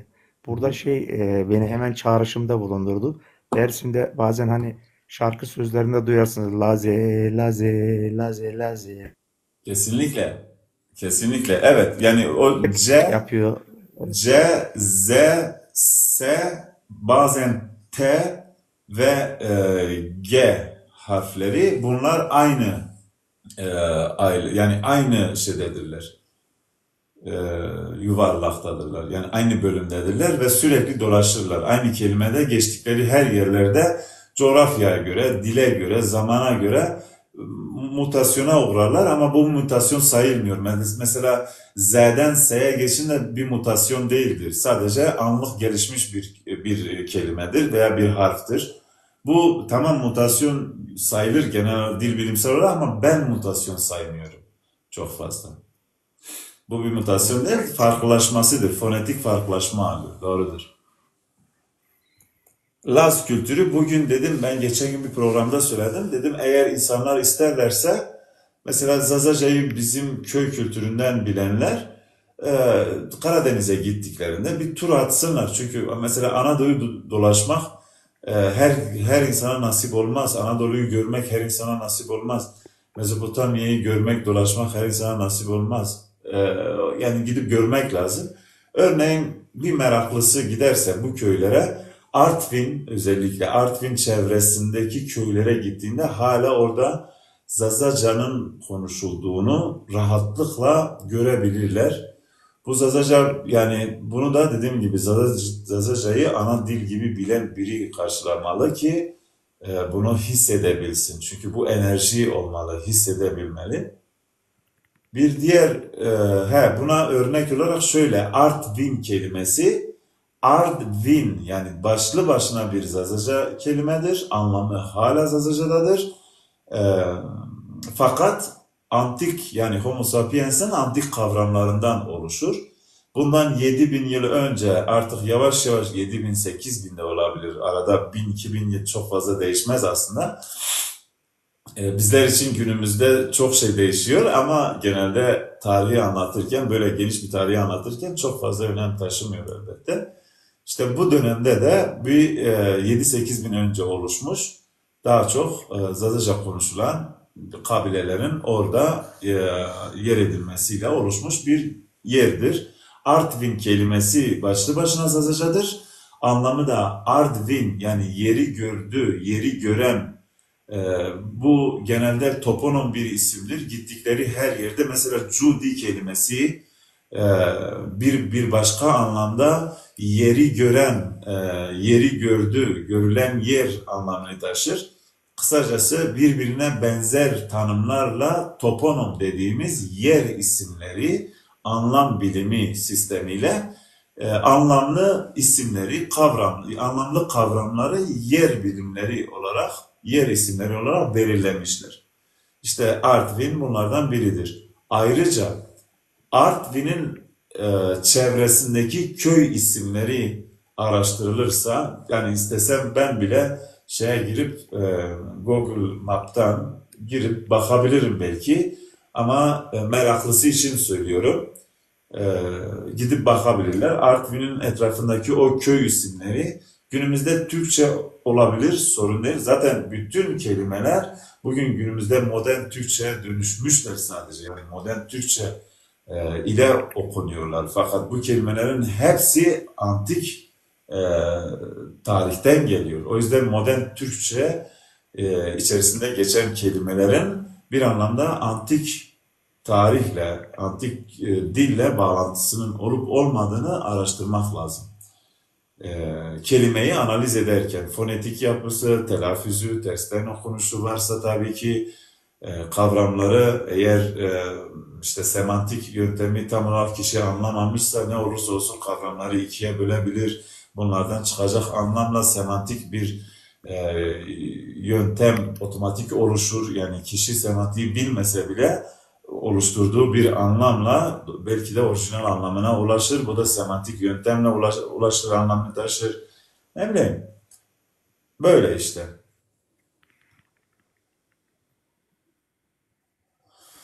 Evet. Var mı böyle Hocam grand... peki Artvin'le ilgili şey dediniz ya. Hani art yer olur. Vin kaybolmakla alakalı değil miydi hocam Vin? Win, o da aynen, o da o anlamda da öyledir. Öyle değil. Birçok Yani anlamı var zaten. evet kayboldu gibi de olabilir. Kayboldu. Yani bir yerden şöyle bir şey. Eğer bir kelimeden 2, 3, 4, 5 tane anlam çıkarılabiliyorsa bu da o kelimenin içerisinde kullanılan kavramların ne kadar önemli olduğu ya da ne kadar farklı anlamlar ya da çok anlamlı olduğu içindir. O yüzden Artvin kelimesi bir anlamda yeri gördüğü anlamını taşır. Bir diğer anlamda kayboldu, yer kayboldu anlamını taşır. Evet. Kılıçhan bir soru sormuş. Ben Bingöl merkeze bağlı Türkçe ismi Gökdere olan Yamaç, işte Yamaca bağlı, Yamaca yakın Miyalan köyündenim. Evet, Esa biliyorum, Zeynep Başak, biliyorum. Ben sadece isimleri oluştuğu gibi okuyorum bazen.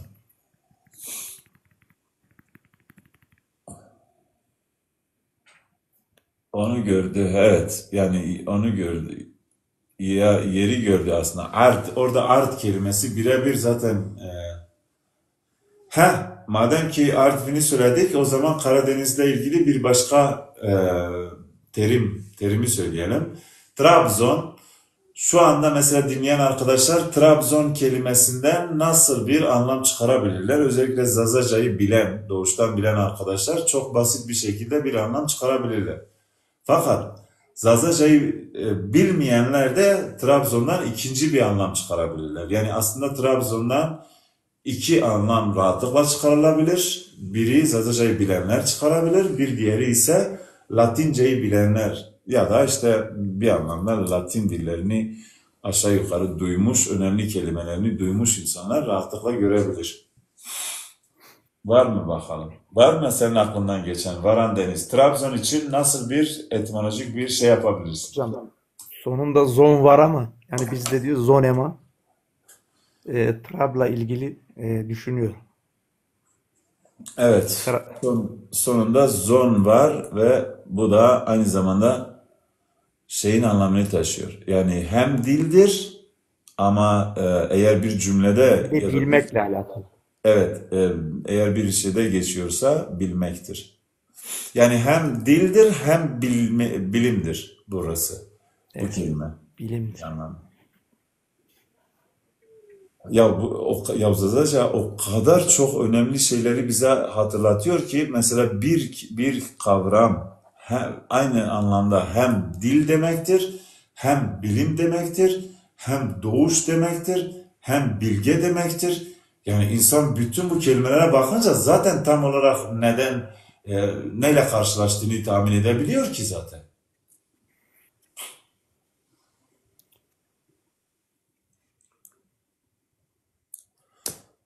Evet,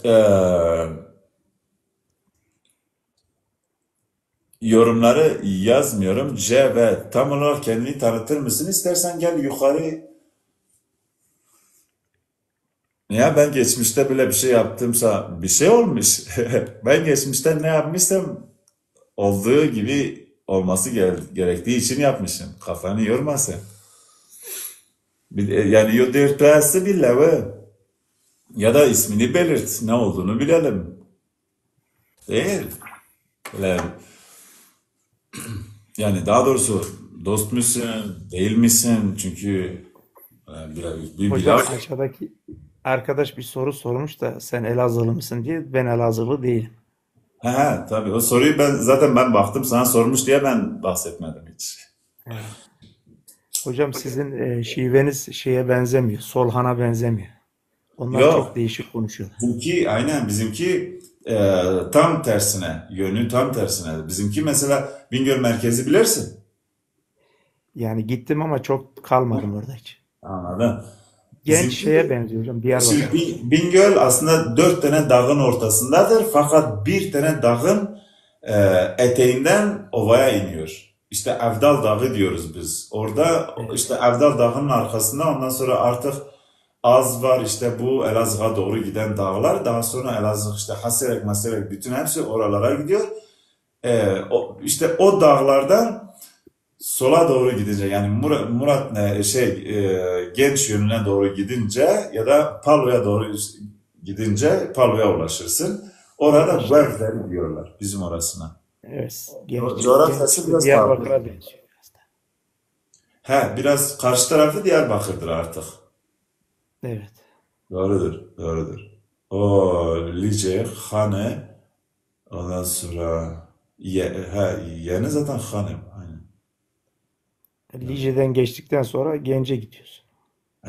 Aynen o güzergahtır. O güzergahla aynı şeyi konuşuyoruz. Aynı fonetizmi konuşuyoruz. Ya. Bazı yerlerde köyden köye fark var.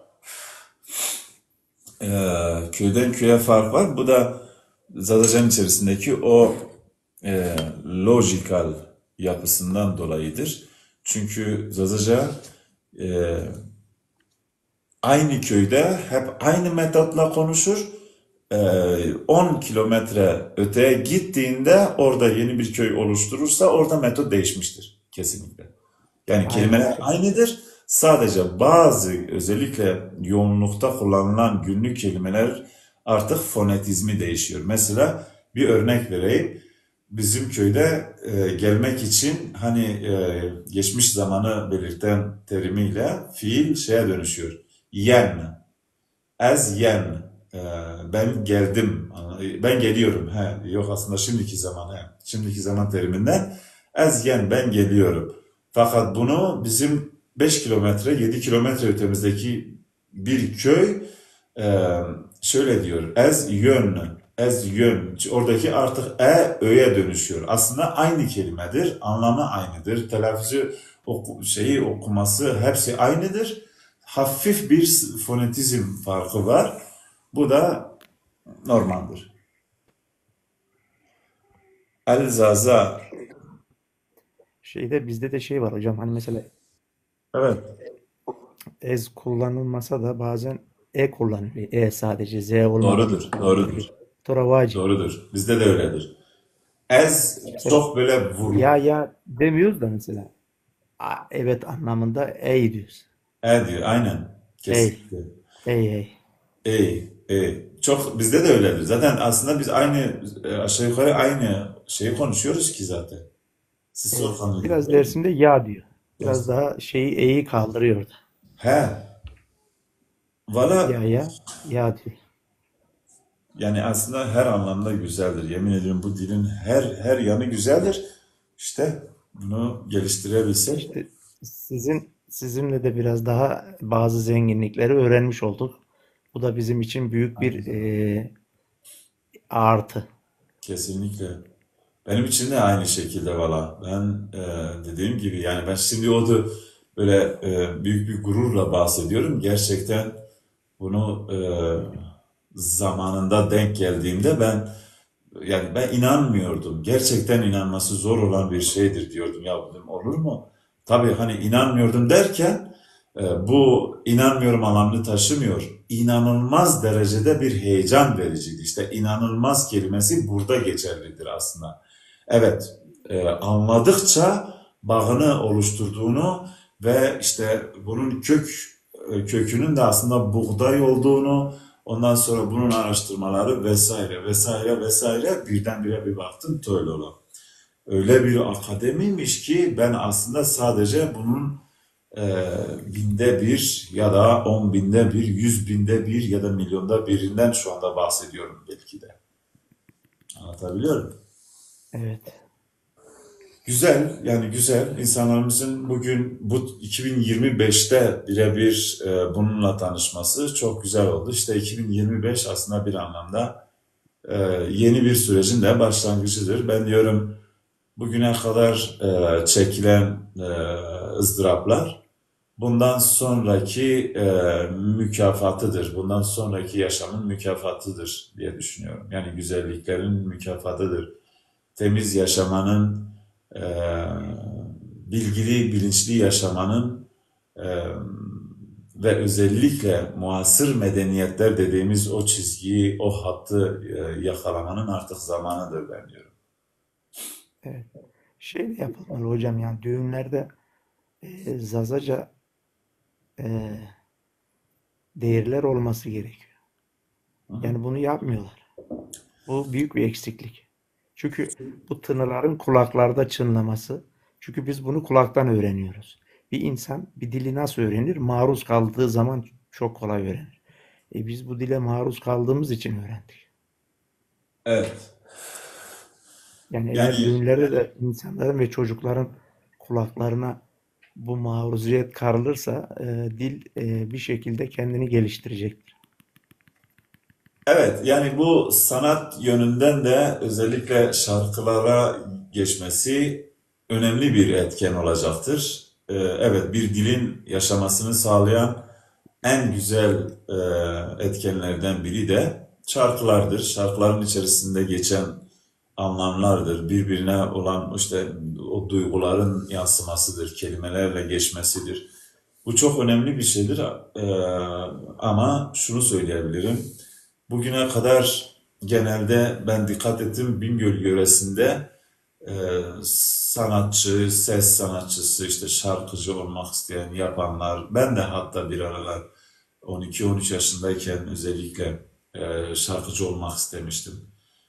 Yerel şarkılar çok eskiden yazılmış ve çok eskiden genelde yerel şarkılar sözlü tarih dediğimiz onu geleneksel bir şekilde sürekli geliştirmiştir.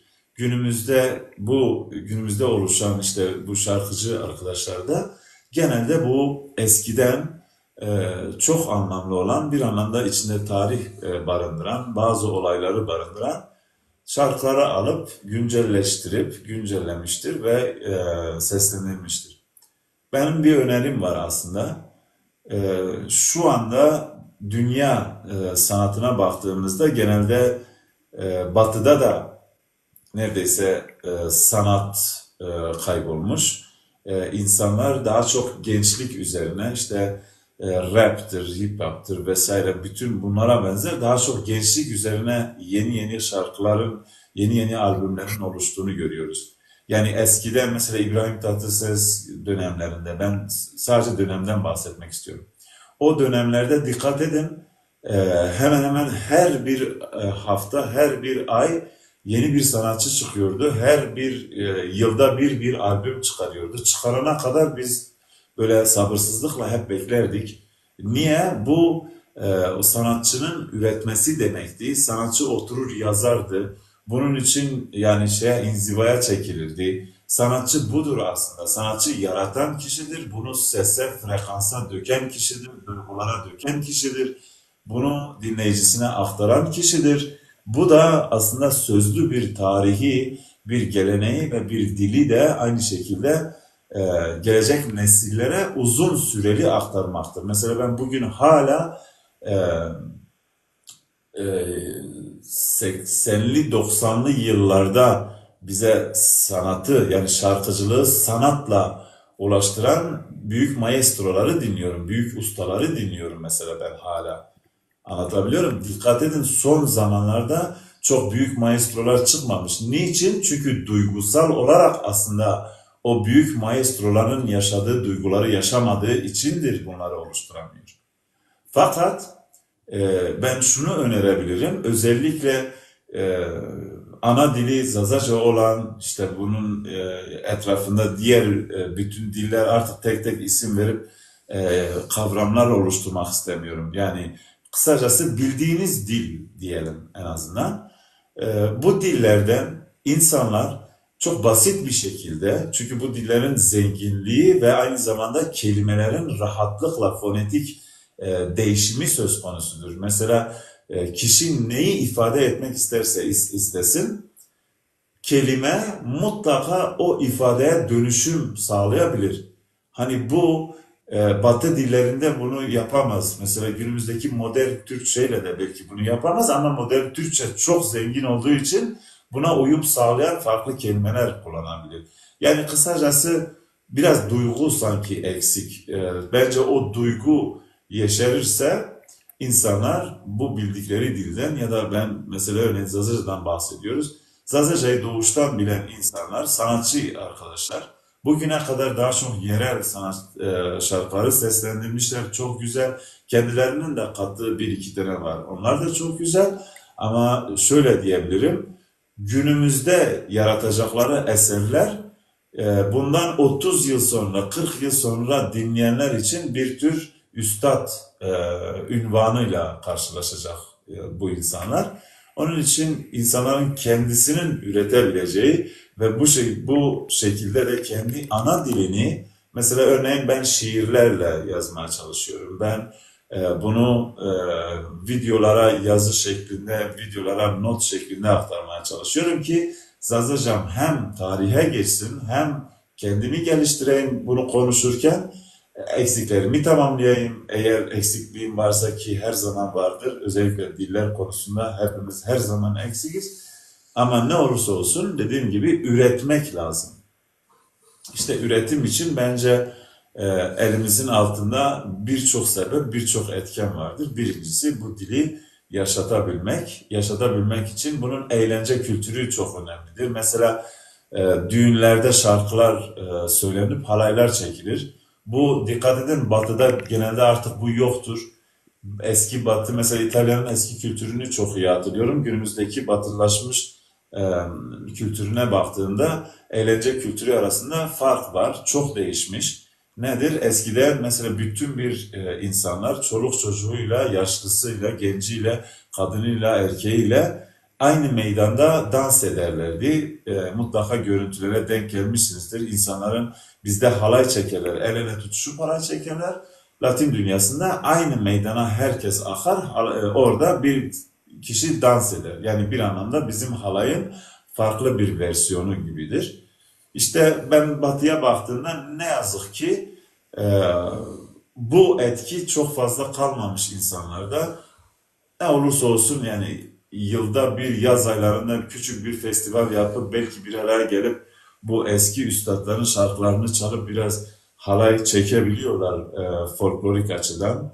Popüler yani halk müziği eşliğinde. Ama günümüzde ne yazık ki gelişmekte olan yeni müzik tarzı daha çok gençliğe hitap eden, daha çok disco dediğimiz yani aslında kültürün bir başka versiyonu, batılılaşmış versiyonu ne yazık ki hiçbir amacı olmayan, çok fazla bir yere de ulaşmayacak bir versiyona bürünmüş. Bu da kültür halini almış. Yani günümüzde çok fazla eski, özellikle Batı dünyasında bizim coğrafyadaki o sanat kültürü hala çok güzel yaşıyor. Bunun gelişmesi lazım. Batı'da neredeyse bu kaybolmuş durumda ya da çok az gözükmektedir. Evet. Evet.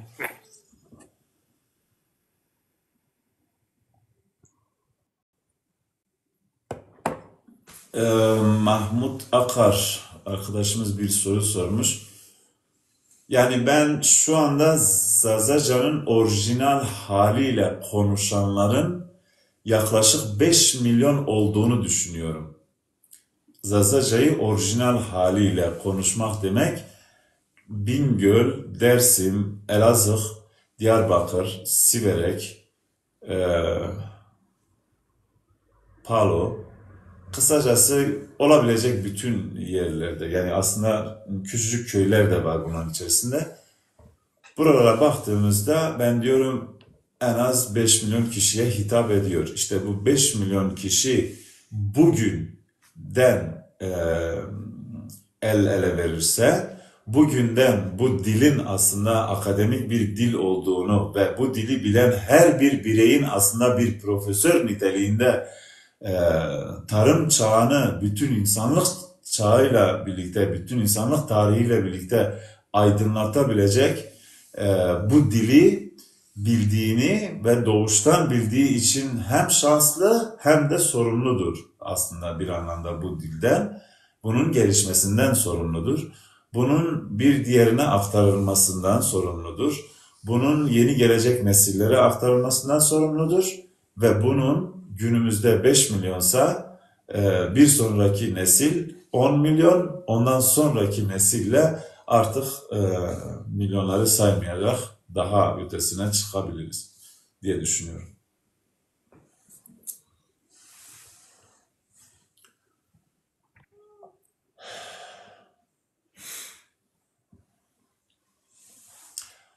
Günümüzde yazı çok önemlidir. Kesinlikle hani önemlidir.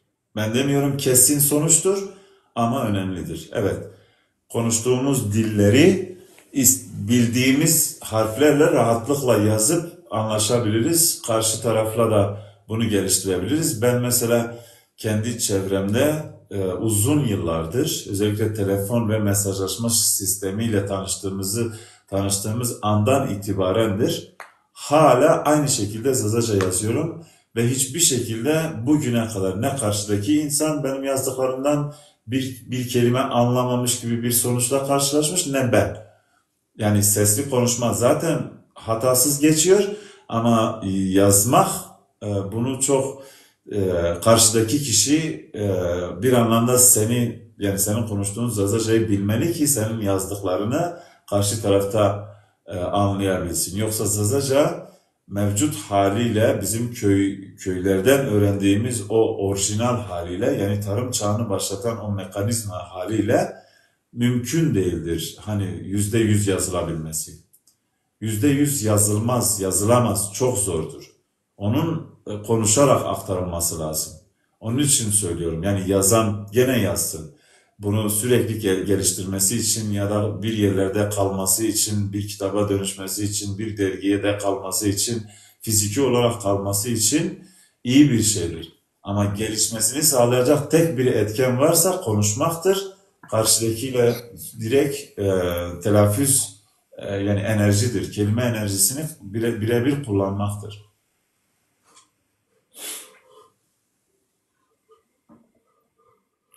Yok, yazan bildiği harflerle yazabilir. Ben Zazaca'yı Latin harflerle yazıyorum, hiç sıkıntı çekmiyorum, merak etme.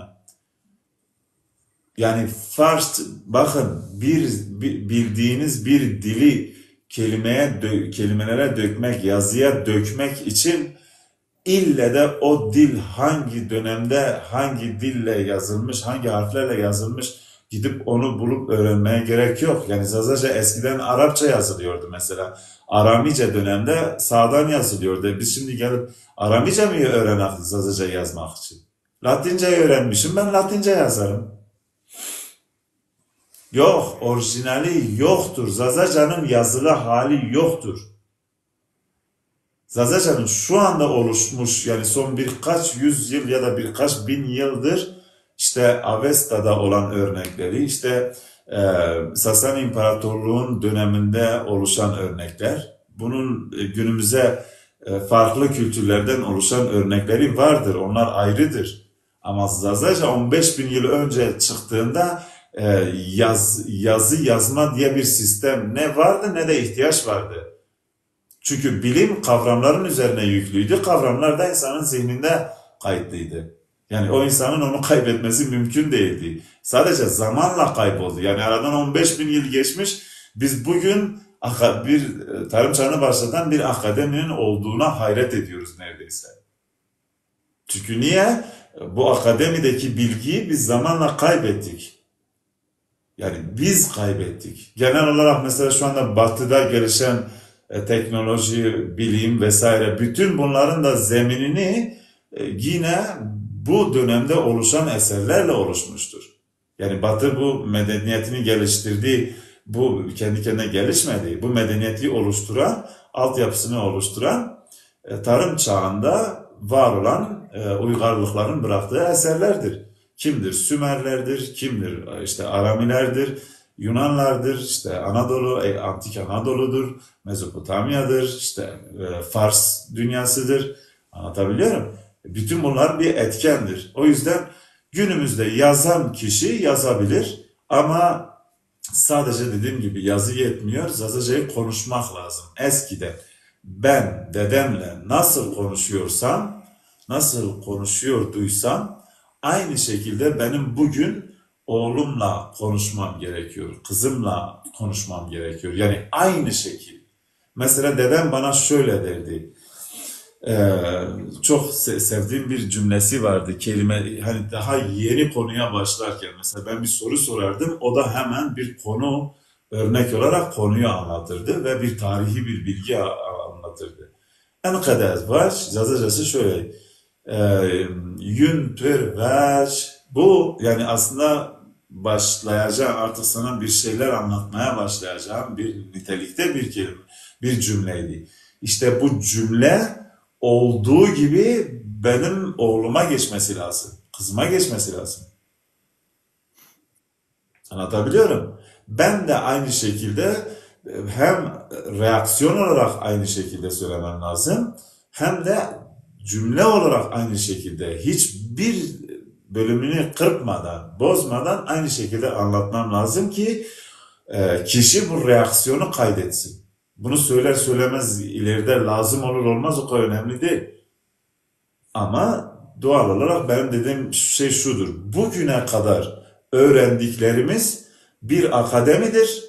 Bunların %1'ini, 2'sini, 10'unu, 20'sini, 50'sini, mümkünse 90'ını aktarsak bizim için büyük bir mükafattır.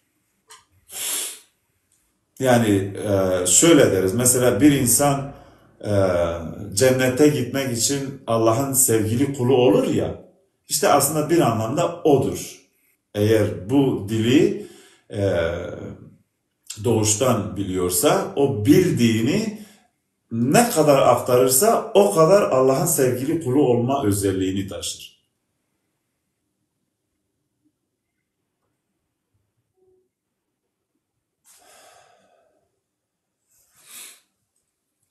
Evet.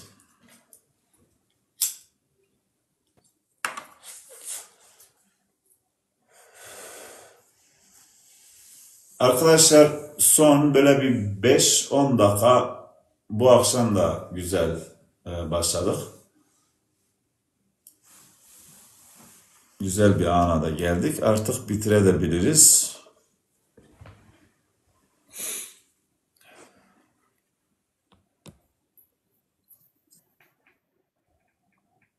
Avesta'nın yazı tipi hani benim tarif etmem kelimelerle yetmiyor ama anladığım kadarıyla Akatça'dan sonra oluşan Akatça çivi yazısıdır. 6000 yıl önce oluşup bundan 3000 yıl önceye kadar aktif bir şekilde yaşamış. Ama bu dönemsel olarak birebir artık çivi yazısı gibi değil, yavaş yavaş şu anda Kur'an-ı Kerim'de olan bazı semboller var. Bu semboller bugün harf olarak Kur'an-ı Kerim'de geçiyor. Aslında bu semboller Kur'an-ı Kerim'e o döneme geçmeden önce ya da Aramice'ye geçmeden önce bir sembolü temsil eder. İşte bu sembol gelir bir şekilde daha sonra harfe dönüşür Aramice ile birlikte. O yüzden tam olarak bir dilin tanımlamasını yapmak mümkün değildir. Eğer bahsettiğimiz dönemlerde değilse, eğer bahsettiğimiz dönemlerdeyse, örneğin Pehlevice genelde baktığımızda kısa bir araştırmasını yaptım, çok derinlemesine girmedim. Sadece imkanım olursa, Pehlevice bilen biriyle karşılaşma durumum olursa konuşmak isterim. İlk konuştuğumda ve ilk 5-10 dakika içerisinde tam olarak bir anlam verebilirim. Ve bir şekilde de Avesta'yı okuyabilecek birini dinlemek isterdim. Avesta'nın içerisinde geçen kelimelerin veya kavramların telaffuzunu duymak isterdim. Bilmiyorum, varsa YouTube'da var mıdır bilmiyorum. Eğer yoksa bile inşallah bu programı dinleyerek buna sebep olabilecek bir arkadaşımız, Avesta'nın dilini bilen bir arkadaşımız bunu okuyabilirse, örneğin Kur'an-ı Kerim gibi fonetik de okuyabilir. Eğer fonetiğini tanıyorsa tabii ki. Fonetiğini tanımıyorsa normal bir şekilde de okuyabilir. Biz sadece bizim için önemli olan orada geçen kavramların telaffuzudur. Yani bu kadar. Bu da sağdan yazılmış. Aramice son 3500 yıllık bir dil olduğu için bahsettiğimiz coğrafyada Fars kültürü, Arap kültürü, işte Mezopotamya kültürü, işte Anadolu kültürü, bütün bunlara baktığımızda otomatikmen orada kullanılan dil sağdan yazılan bir dildi. İşte dönemsel olarak bu dil ta bundan 100 yıl önceye kadar gelmiştir. Yani 2900 yıl boyunca bu coğrafyada yaşayan bütün insanlar tek bir yazı modeliyle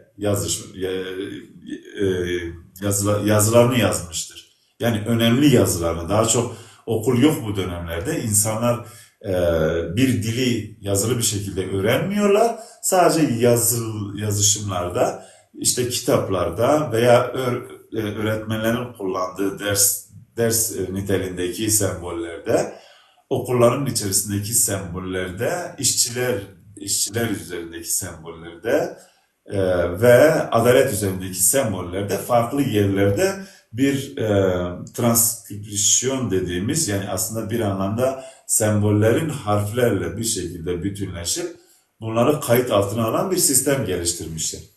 Bu dönemde de işte Avesta'nın yazılması fiziki olarak Avesta'nın günümüze gelmesini sağlayan, yani kağıdın üzerine dökülmesini sağlayan bu etken ise son 3000 yılda yaşanmışsa ve coğrafik olarak bizim o coğrafyada yazılmışsa, doğal olarak bu Aramice dediğimiz sağdan yazılan, günümüzde buna Arapça deniyor ama eski ismi Aramice, bir yazı türünden geliyor. Ama bu demek değildir ki Aramice yazılmış. Elbette bağı olabilir, birbirine benzeyebilir.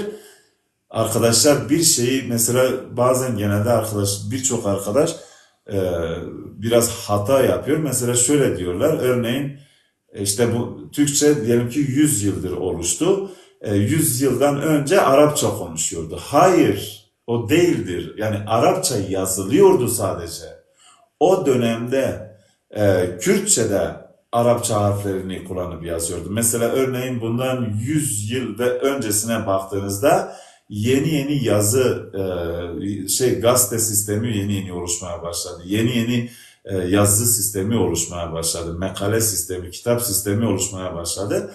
Ve bunlardan çok nadirdi. O yüzden Orta Anadolu'da, daha çok Anadolu'nun ortası ve Ege'ye olan kısmında konuşulan dil Türkçe, yani eski Türkçe, ama yazılım eğer söz konusu olsaydı elbette Celaleddin Rumi'nin yazdığı yazı türündedir.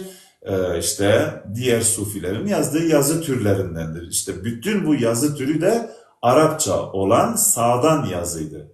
Kişi evinde kendi dilini konuşur ama eğer işte diyelim ki bir makale yazacaksa, dini bir şey oluşturacaksa, bildiği yazı işte yazı dilini bildiği, harflerini tanıdığı bir yazı sistemiyle yazar.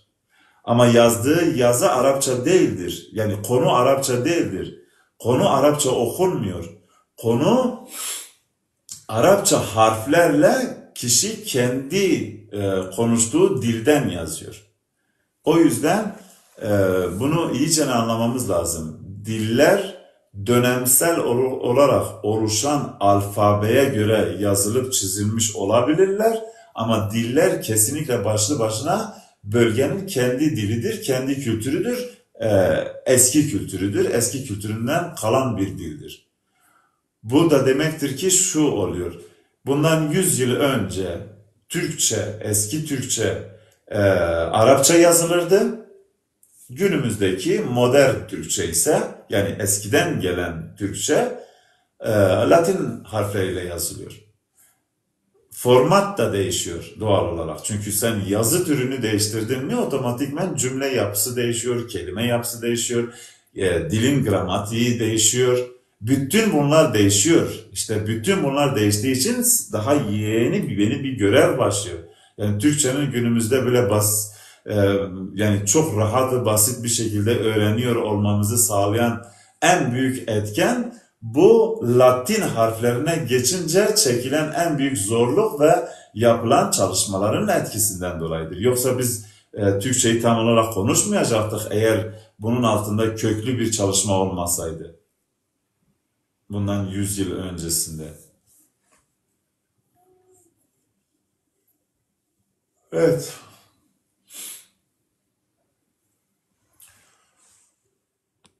Normlarını nereden almış Batı? Normlarını genelde Doğu'nun, yani daha doğrusu kendisini var eden, içinden geldiği kültür var etmiştir. Yani bundan 3000 yıl önce mesela örneğin Etrüsk kültürü buraya geldi. Burada bir dünya yarattı. Elbette aynı zamanda bu İtalya'nın ortası için geçerlidir. Aynı şekilde İtalya'nın doğusu Yunan kültürüyle besleniyordu. Yani aslında Avrupa'yı bir şekilde var eden hem Etrüsk kültürüdür hem Yunan kültürüdür. Yani birleşerek oluşturulan bir kültürdür. Şimdi antik tarihte, yani bundan 3000 yıl önce Etrüsk kültürünün Mezopotamya, Anadolu kültürlü olduğunu rahatlıkla konuşabilirdi insanlar. Akraba idiler, birbirleriyle ticaret yapıyorlardı. Anlatabiliyorum. Ama günümüzde sen gelsen desen birbirine bağlıdırlar. Bunu izin vermez bir anlamda. Yani aslında Batı kendisine oluşturduğu o eksik bilgi, eksik tarihle kendini tatmin ediyor sadece. Yani Batı da tam olarak bence asıl sahip olması gereken bilime daha imkan vermemiş. Yani bilmiyor değil, bence daha imkan vermemiş. Çünkü buna hazır değil. İşte burada bir anlamda körü körüne bir şeye inanan, işte din unsurundan bahsedersek, mesela örneğin dogmatizmde körü körüne inanan ve çıkmayan bir şeye dönüşüyor. Bilimsel olarak bir alanda eğer bir insan bugüne kadar ulaştığı bilginin işte tarihi verilerin kendisine yeterli olduğunu gördüğü anda bir anlamda körü körüne inanmış bir şey çıkar ortaya. Yani aynı şeydir. O yüzden bilimin bence daha tam olarak özgürleştiğini göremiyorum. Yani çok gelişmiş diyorlar bilim. Bence bilimin bu şekil değildir. Yani bilim bu şekilde gelişmez. Yani sadece teknolojidir sadece gelişen. Bence bilim bir şekilde daha tam olarak anlaşılmadığı için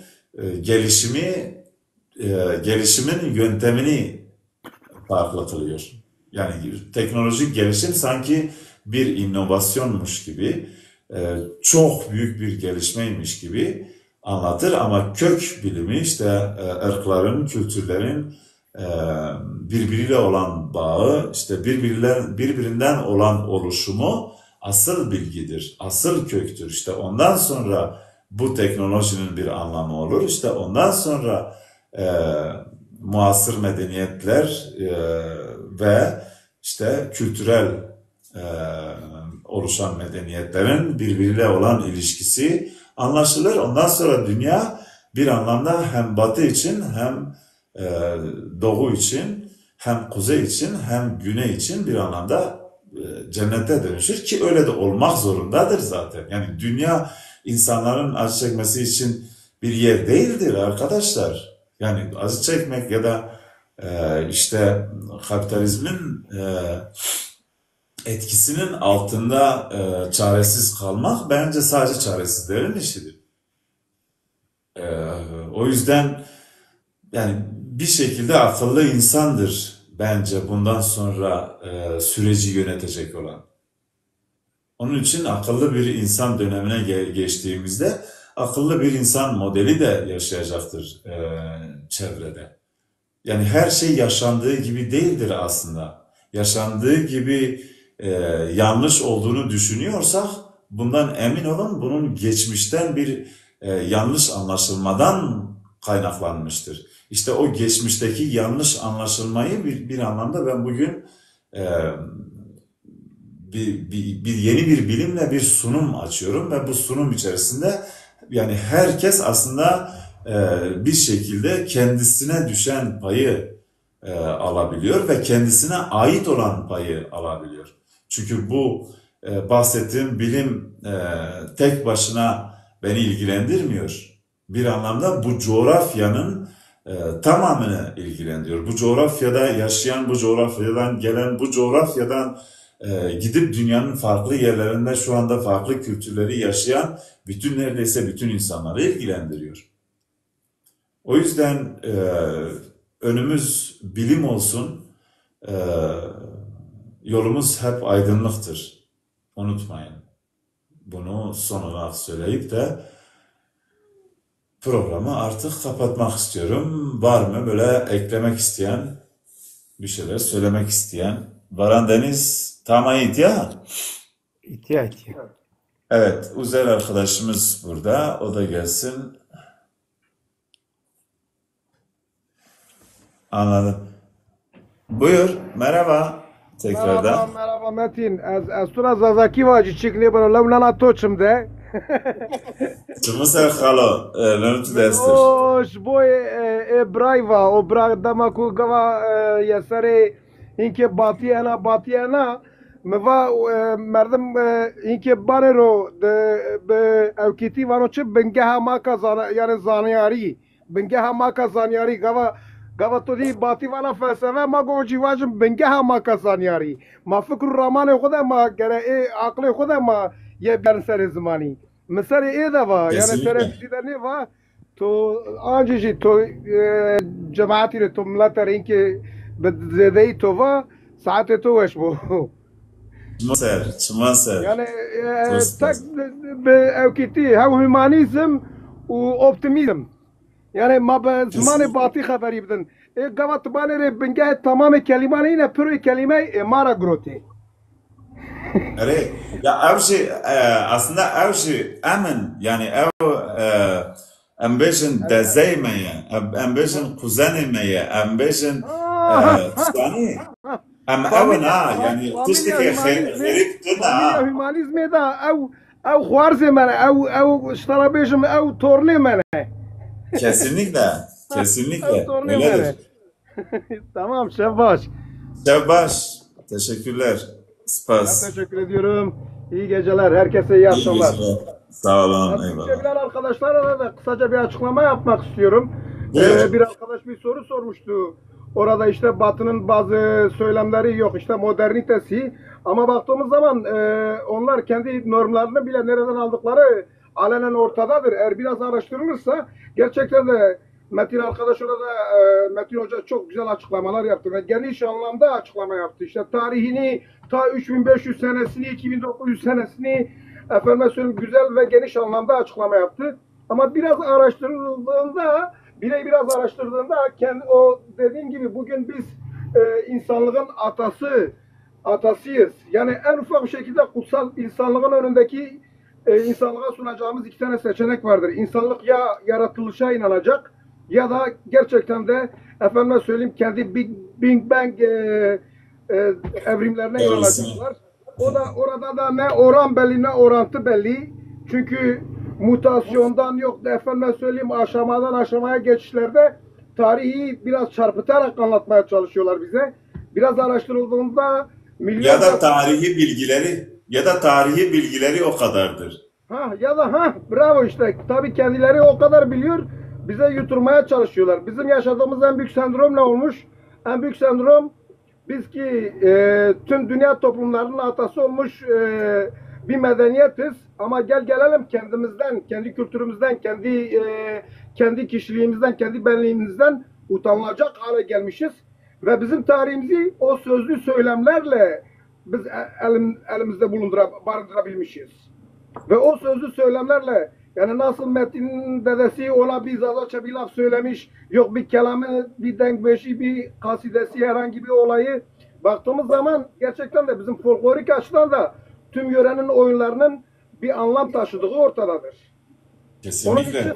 Onun için bir ağaç kendi kökünü araştıracak. Bir ağaç nasıl kendi kökü üzerinde yetişip büyüyorsa kendi köküne baktığın zaman kök hücrede bilsek artık kendileri biraz araştırsın. Kesinlikle. Ben bunun üzerine bir cümle eklemek istiyorum. Dinliyorum.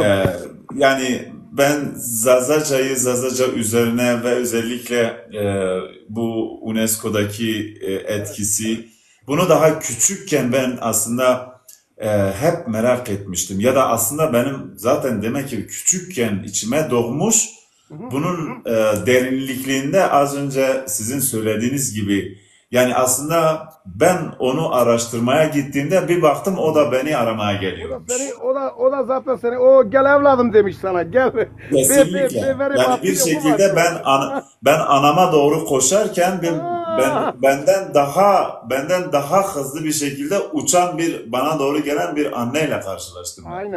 Aynen. O yüzden bundan yani bu da bir özgüven geliştirdi bende Allah'a şükür. Yani bu biraz yetenektir elbette dillerle olan belki ailemizde biraz da böyledir. Yani dillerle olan ilişkimiz bu birçok insanda bu vardır. Mesela birçok insan 5-10 tane dili çok çabuk kısa sürede öğrenebilir. Bu bende de bunda şey diyorlar polyglot. No. That's all right. That's not that flashy. Metin Askar'da ben işteyim şu anda tamam. Tamam hala. Say hello to Turkey. Say hello. Hello. Herkesin sana selamı var. Good evening everyone. Yes. What can I do for you? I don't want anything hot. We'll have Ben, how are you? We'll have a doner kebab wrap times two. İnşallah. Just smalls. Zezazaki mao işte İngilizce zezazaki mao ha. Sorry. Hey. Not hot though. We don't want some of that on the spilling thing. Hello. Say. Look. Say. Hello. How are you? Hello. Good evening. How many of you are on this call? Kaç kişi var orada diyor. Are we on here? Now we are 10 people here. Skype. It's on TikTok. Hi TikTok. We love you. Love you too. Come again. We love kebab. We love ourselves. Evet, We love that's our our humanity. So we'll have some of that one. Alright. Tamam selam bekir. Halos selam söyle onları gönder. Tamam Metin hadi şey tumanı ve şadiayı. Eyvallah, Hepinize iyi geceler. Hadi Allah'a emanet olun. Eyvallah. Görüşürüz. Selamlar. Evet, Deza arkadaşım merhaba. Deza. Ero de zaten senin Hon. ero deza valla kafası fırfır yapmış. Neyse mikini kapattık. Bu demek ki Allah'tan he valla deza gitti. Neyse mikini kapattık. Eğer farkına varırsa miki ister açarız. Yoksa orada bekler öyle. Demek ki Deze böyle tam artık uyuyacağı saate denk gelmiş. Allah bilir büyük ihtimalle de yolculuktan ya da yorgunluktandır. Öyle demiş ben bir açayım hele bunlar ne diyorlar. O istek de atmış. Neyse. Yetmedi o zaman. Evet. Ne diyak? Artık geceyi sonuçlandırak o zaman. Varan Deniz, son olarak söylemek istediğin bir şey varsa ya da soru sormak istediğin bir şey varsa söyle. Ondan sonra Aklımda bir şey vardı hocam da buyur.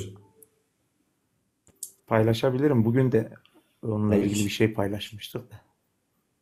Hı hı. Mesela burada eskiden e, babalarına şey diyorlardı. Hani normalde bu benim babam dediğin zaman gösterirsen böyle göstererek no pay mi diyorsun? Hı hı. Ama kendileri babalarına dad diyordu. Dad. Dad. Dad. Anladım. Dad diyorlardı sonra da. Evet yani babaya birebir hitap farklıydı. Babayı tanımlarken Tanımlarken farklı. evet farklıdır. Bizim orada da aileden aileye fark gösteriyordu. Şöyle bunun üzerine o zaman yani çok farklı bir şey yok ortada. Sadece bir dilin içerisindeki bir zenginlik var. Çünkü ben şöyle söyledim. Dedim ki Zazaca'nın içerisindeki o bulunan mekanizmanın en güzel özelliklerinden bir tanesi de tek heceli kavramlardan oluşmuş olması. Bu tek heceli kavramlar çoğu kez farklı telaffuz edilerek farklı anlamlarla farklı kelimeler oluşur. Farklı telaffuzlarla farklı anlamlar oluşur. Aynı şekilde bir anlamı farklı telaffuzda geçen farklı kelimeler de oluşturur. Onun için yani dil bilimsel okul dediğimiz şey aslında bir anlamda Zazaca'nın varlığını, bütün bir yapısını günlük köylerimizde konuşulan bütün versiyonlarıyla karşılaştırmamız gerekiyor. Evet hocam Bütün sizin versiyonlarda bir tarihsel bir bilim vardır. Çünkü niye? Zazaca başlı başına bir okuldur. Yani başlı başına okuldur. Şöyle söyleyebilirim. Aslında benim aklımdan geçen fikir biraz abartılıdır. Gerçekten arkadaşlar bunu abartılı olarak görmesin. Neredeyse şunu diyebilirim. Yani Zazaca'nın tam olarak anlaşılabilmesi için, yaşanılabilmesi için, öğrenilebilmesi için bizim oradaki köylerde gün içerisinde 24 saat insanların yaşadıkları ve konuştukları bir şekilde analiz edilmesi lazım. ben diyecektim hocam. Şöyle buna bir şey daha ekleyeceğim o Pehlevici ile alakalı. Mahmut Akar Bey teşekkür ediyorum. Sağ olun. İyi akşamlar size de. Buyur. Hocam Mahmut. ben Aralık ayının sonunda sırf Kalo Gagan'a katılmak için İstanbul'a gitmiştim. Zaza Derneği var Hıdır Hoca'nın ve orada Cemal abi vardı. Onların yaptığı bir etkinlikti. Ben de katıldım. Çok iyi oldu benim için de. Ben buradaki köylerin isimlerini söyledim. Hepsini yazdılar, kaydettiler. Bizim dedi bir çıkarma yapmamız gerekiyor. Sizin de hocam bir çıkarma yapmanız gerekiyor. Zazaların yaşadığı bölgelerin. Çünkü siz buna kendinize adamışsınız. Pehlevice size gelmezse hocam siz gidin İran'a. Muhtemelen orada Kesinlikle. Pehlevice konuşan vardır. Kesinlikle, kesinlikle. Yani Ben bu aslında sizin bahsettiğiniz öneri benim hayalimdir aslında. Ama işte günümüzdeki şartlar buna hala zemin hazırlamadığını düşünüyorum. O yüzden genelde hep hayal ederim ya da hayal ettiklerimi ben yaşamasam bile bu konuşmaları dinleyen birilerinin benim bu heyecanımı birebir kendileri dolaşırken hissetmesi, yaşaması ayrıca belki bir anlamı olur. Çünkü niye? Bir beden, bir fizik dünyada her şeyi görebilecek bir boyutta değildir. Bu boyut böyle bir boyutta yoktur. Her beden kendince doğuştan son nefesini vereceği ana kadar sınırlıdır. Bu yaşam şartlarında coğrafik konumu gereği 3 aşağı 5 yukarı bir zaman diliminde geçer. Onun için ben hep şunu düşünüyorum. Hayallerimiz bizden sonraki yaşamlar için olursa şu ana daha güzel anlam verebiliriz. Ben genelde hayallerimi kendim için kuruyorum elbette. Çünkü her hayal insan kendisi için kurar. Ama bütün bu hayaller ulaşılmasa bile günün birinde ulaşılmasını sağlayabilecek bir enerji bırakır bu dünyaya. Ve bu enerji de günün birinde bir insana bulaşır. Bir insan bu enerjiyi hisseder. Çünkü bugün aslında benim hissettiklerim, benim bugün insanlarla paylaştıklarım aslında bugüne kadar bizim atalarımızın gittikleri her yerde bıraktıkları enerjiden kaynaklanmıştır. Yani aslında ben o enerjiyi aldıktan sonra kendi bedenim de canlı bir varlık olduğu için evrendeki enerjiyle eşdeğer bir enerjide olduğum için benim geçmişimde yaşananlar bir şekilde yaşanmış olduğundan dolayı bu dünyada, yeryüzünde ya da işte mağaralarda ya da ağaçların altında, ormanın içerisinde, kısacası ben bu bilimi sürekli güncellemek için, sürekli güçlü tutmak için bütün doğanın her bir parçasıyla günlük 24 saat içerisinde mutlaka bir iletişim içerisindeyim. Yani ben normalde bu kanepede oturmam şu anda sadece bir görev niteliğinde hani bir TikTok programı yaptığımdan dolayıdır. Yoksa benim böyle oturma gibi bir ne hevesim var ne de hayatı rahat yaşama gibi bir hevesim var. Aslında hayatı dolu dolu yaşamaktır benim için hayata anlam vermek. Ben dünyaya rahat yaşamak için gelmedim. Eğer rahat yaşayacaksam bundan önceki yaşamımda nasıl bir varlıktım bilmiyorum. Bundan sonraki yaşamımda da nasıl bir varlık olacağımı da bilmiyorum. Belki de bir böcek olarak geleceğim dünyada. Bir böcek olarak geleceksem dünyada bundan emin olabilirsiniz. Bir sonraki hayatında yani böcek olarak geleceğim dünyada, reenkarnasyon yöntemiyle geleceğim dünyada ben çok rahat yaşayacağım. Yani merak etmeyin. Bütün bir hayatım boyunca hiç kimseye karışmayacağım, kafamı yormayacağım. Şu anda kendimi yorduğum bu yorgunluk gerektiren, yoğunluk gerektiren bu çalışmaya işte o zaman yapmam artık. Demek istediğim rahat olmamalı bir insan. Yani beyin rahat olmamalı, düşünebilmeli, gelişebilmeli, kendini geliştirebilmeli, sınırlandırmamalı kendisini. Benim bildiğim yeter, bu bana yeter, ben işte bu bana ömrüm boyunca yeter gibisi böyle sadece benle başlayıp ve buna bir nokta koyan bütün cümleler aslında biraz daha açılabilir. Bunların içerisine ek kelimeler de kullanıldığı zaman düşünce de ek bir düşünce alır. Doğal olarak şunu belirtebilirim. Evet, bizim şu anda inşa edeceğimiz yaşam bizden sonraki gelecek neslin bizim hayal ettiğimiz güzelliği yaşamasını sağlar belki de.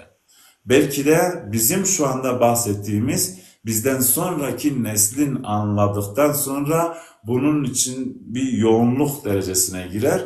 Ama kendisinden sonraki yani bizden 2 nesil sonraki insana yardımcı olur. Yani bence bilim insanları hiçbir tanesi kendi yaşam sınırları içerisinde, o vakti içerisinde kendisi için düşünmemiştir. Kendisi için yapmamıştır. Hep kendisinden sonra. Çünkü hayata anlam vermek aslında budur. Hazreti İsa'nın burada sözünü de mutlaka söylemeden de edemeyeceğim. Kendinden sonrakini sev cümlesi birebir sen ve senin yanındakini sev anlamını taşır kesinlikle. Bu birinci mantık odur. İkinci mantığı ise kendinden sonra, yani nasıl ki senin deden seni var eden bir nesildi, sen de senden sonraki nesli var etmek için bir etkensin bugün. Doğal olarak senin deden seni severek var ettiyse, senin de geleceğe bırakacağın bir sevgidir ancak. Evet arkadaşlar, ben yeterli görüyorum. Hepinize çok teşekkür ediyorum. Varan Deniz ayrıca Hocam, teşekkür ediyorum. size özelden numaramı yazacağım. İnşallah kaydedin. Tamam, Bir iletişimimiz kesilmesin. kesinlikle. Yo, bundan sonra artık istesen de kesilmiyor. İyi geceler hocam. Teşekkür ediyorum. Size de iyi geceler. Şevveş, Şivete veş buya. Çımuser. Eyvallah. Şimdi Arkadaşlar hepinize iyi akşamlar. Buradaki bütün arkadaşlar ve bundan sonra hangi tarihte bilmiyorum, 2100, 2200, 2500. yılda bizi izlerler mi bilmiyorum ama izleyeceklerse bundan 100 yıl sonraya bir mesaj atmak istiyorum. Kendinize çok iyi bakın. Endişelenmeyin. Bizim bugün yaşadıklarımız sizlerin şu anda yaşadıkları içindir. Eğer güzel yaşıyorsanız demek ki bugün yaptığımız çalışmalar sizlerin güzel yaşamasını sağlamıştır. Fakat eğer güzel yaşamıyorsanız bize küfretmeyin. Elimizden geleni yapamadığımız için de üzgün olduğumu belirterek sizleri selamlıyorum. Kendinize iyi bakın. Görüşmek üzere.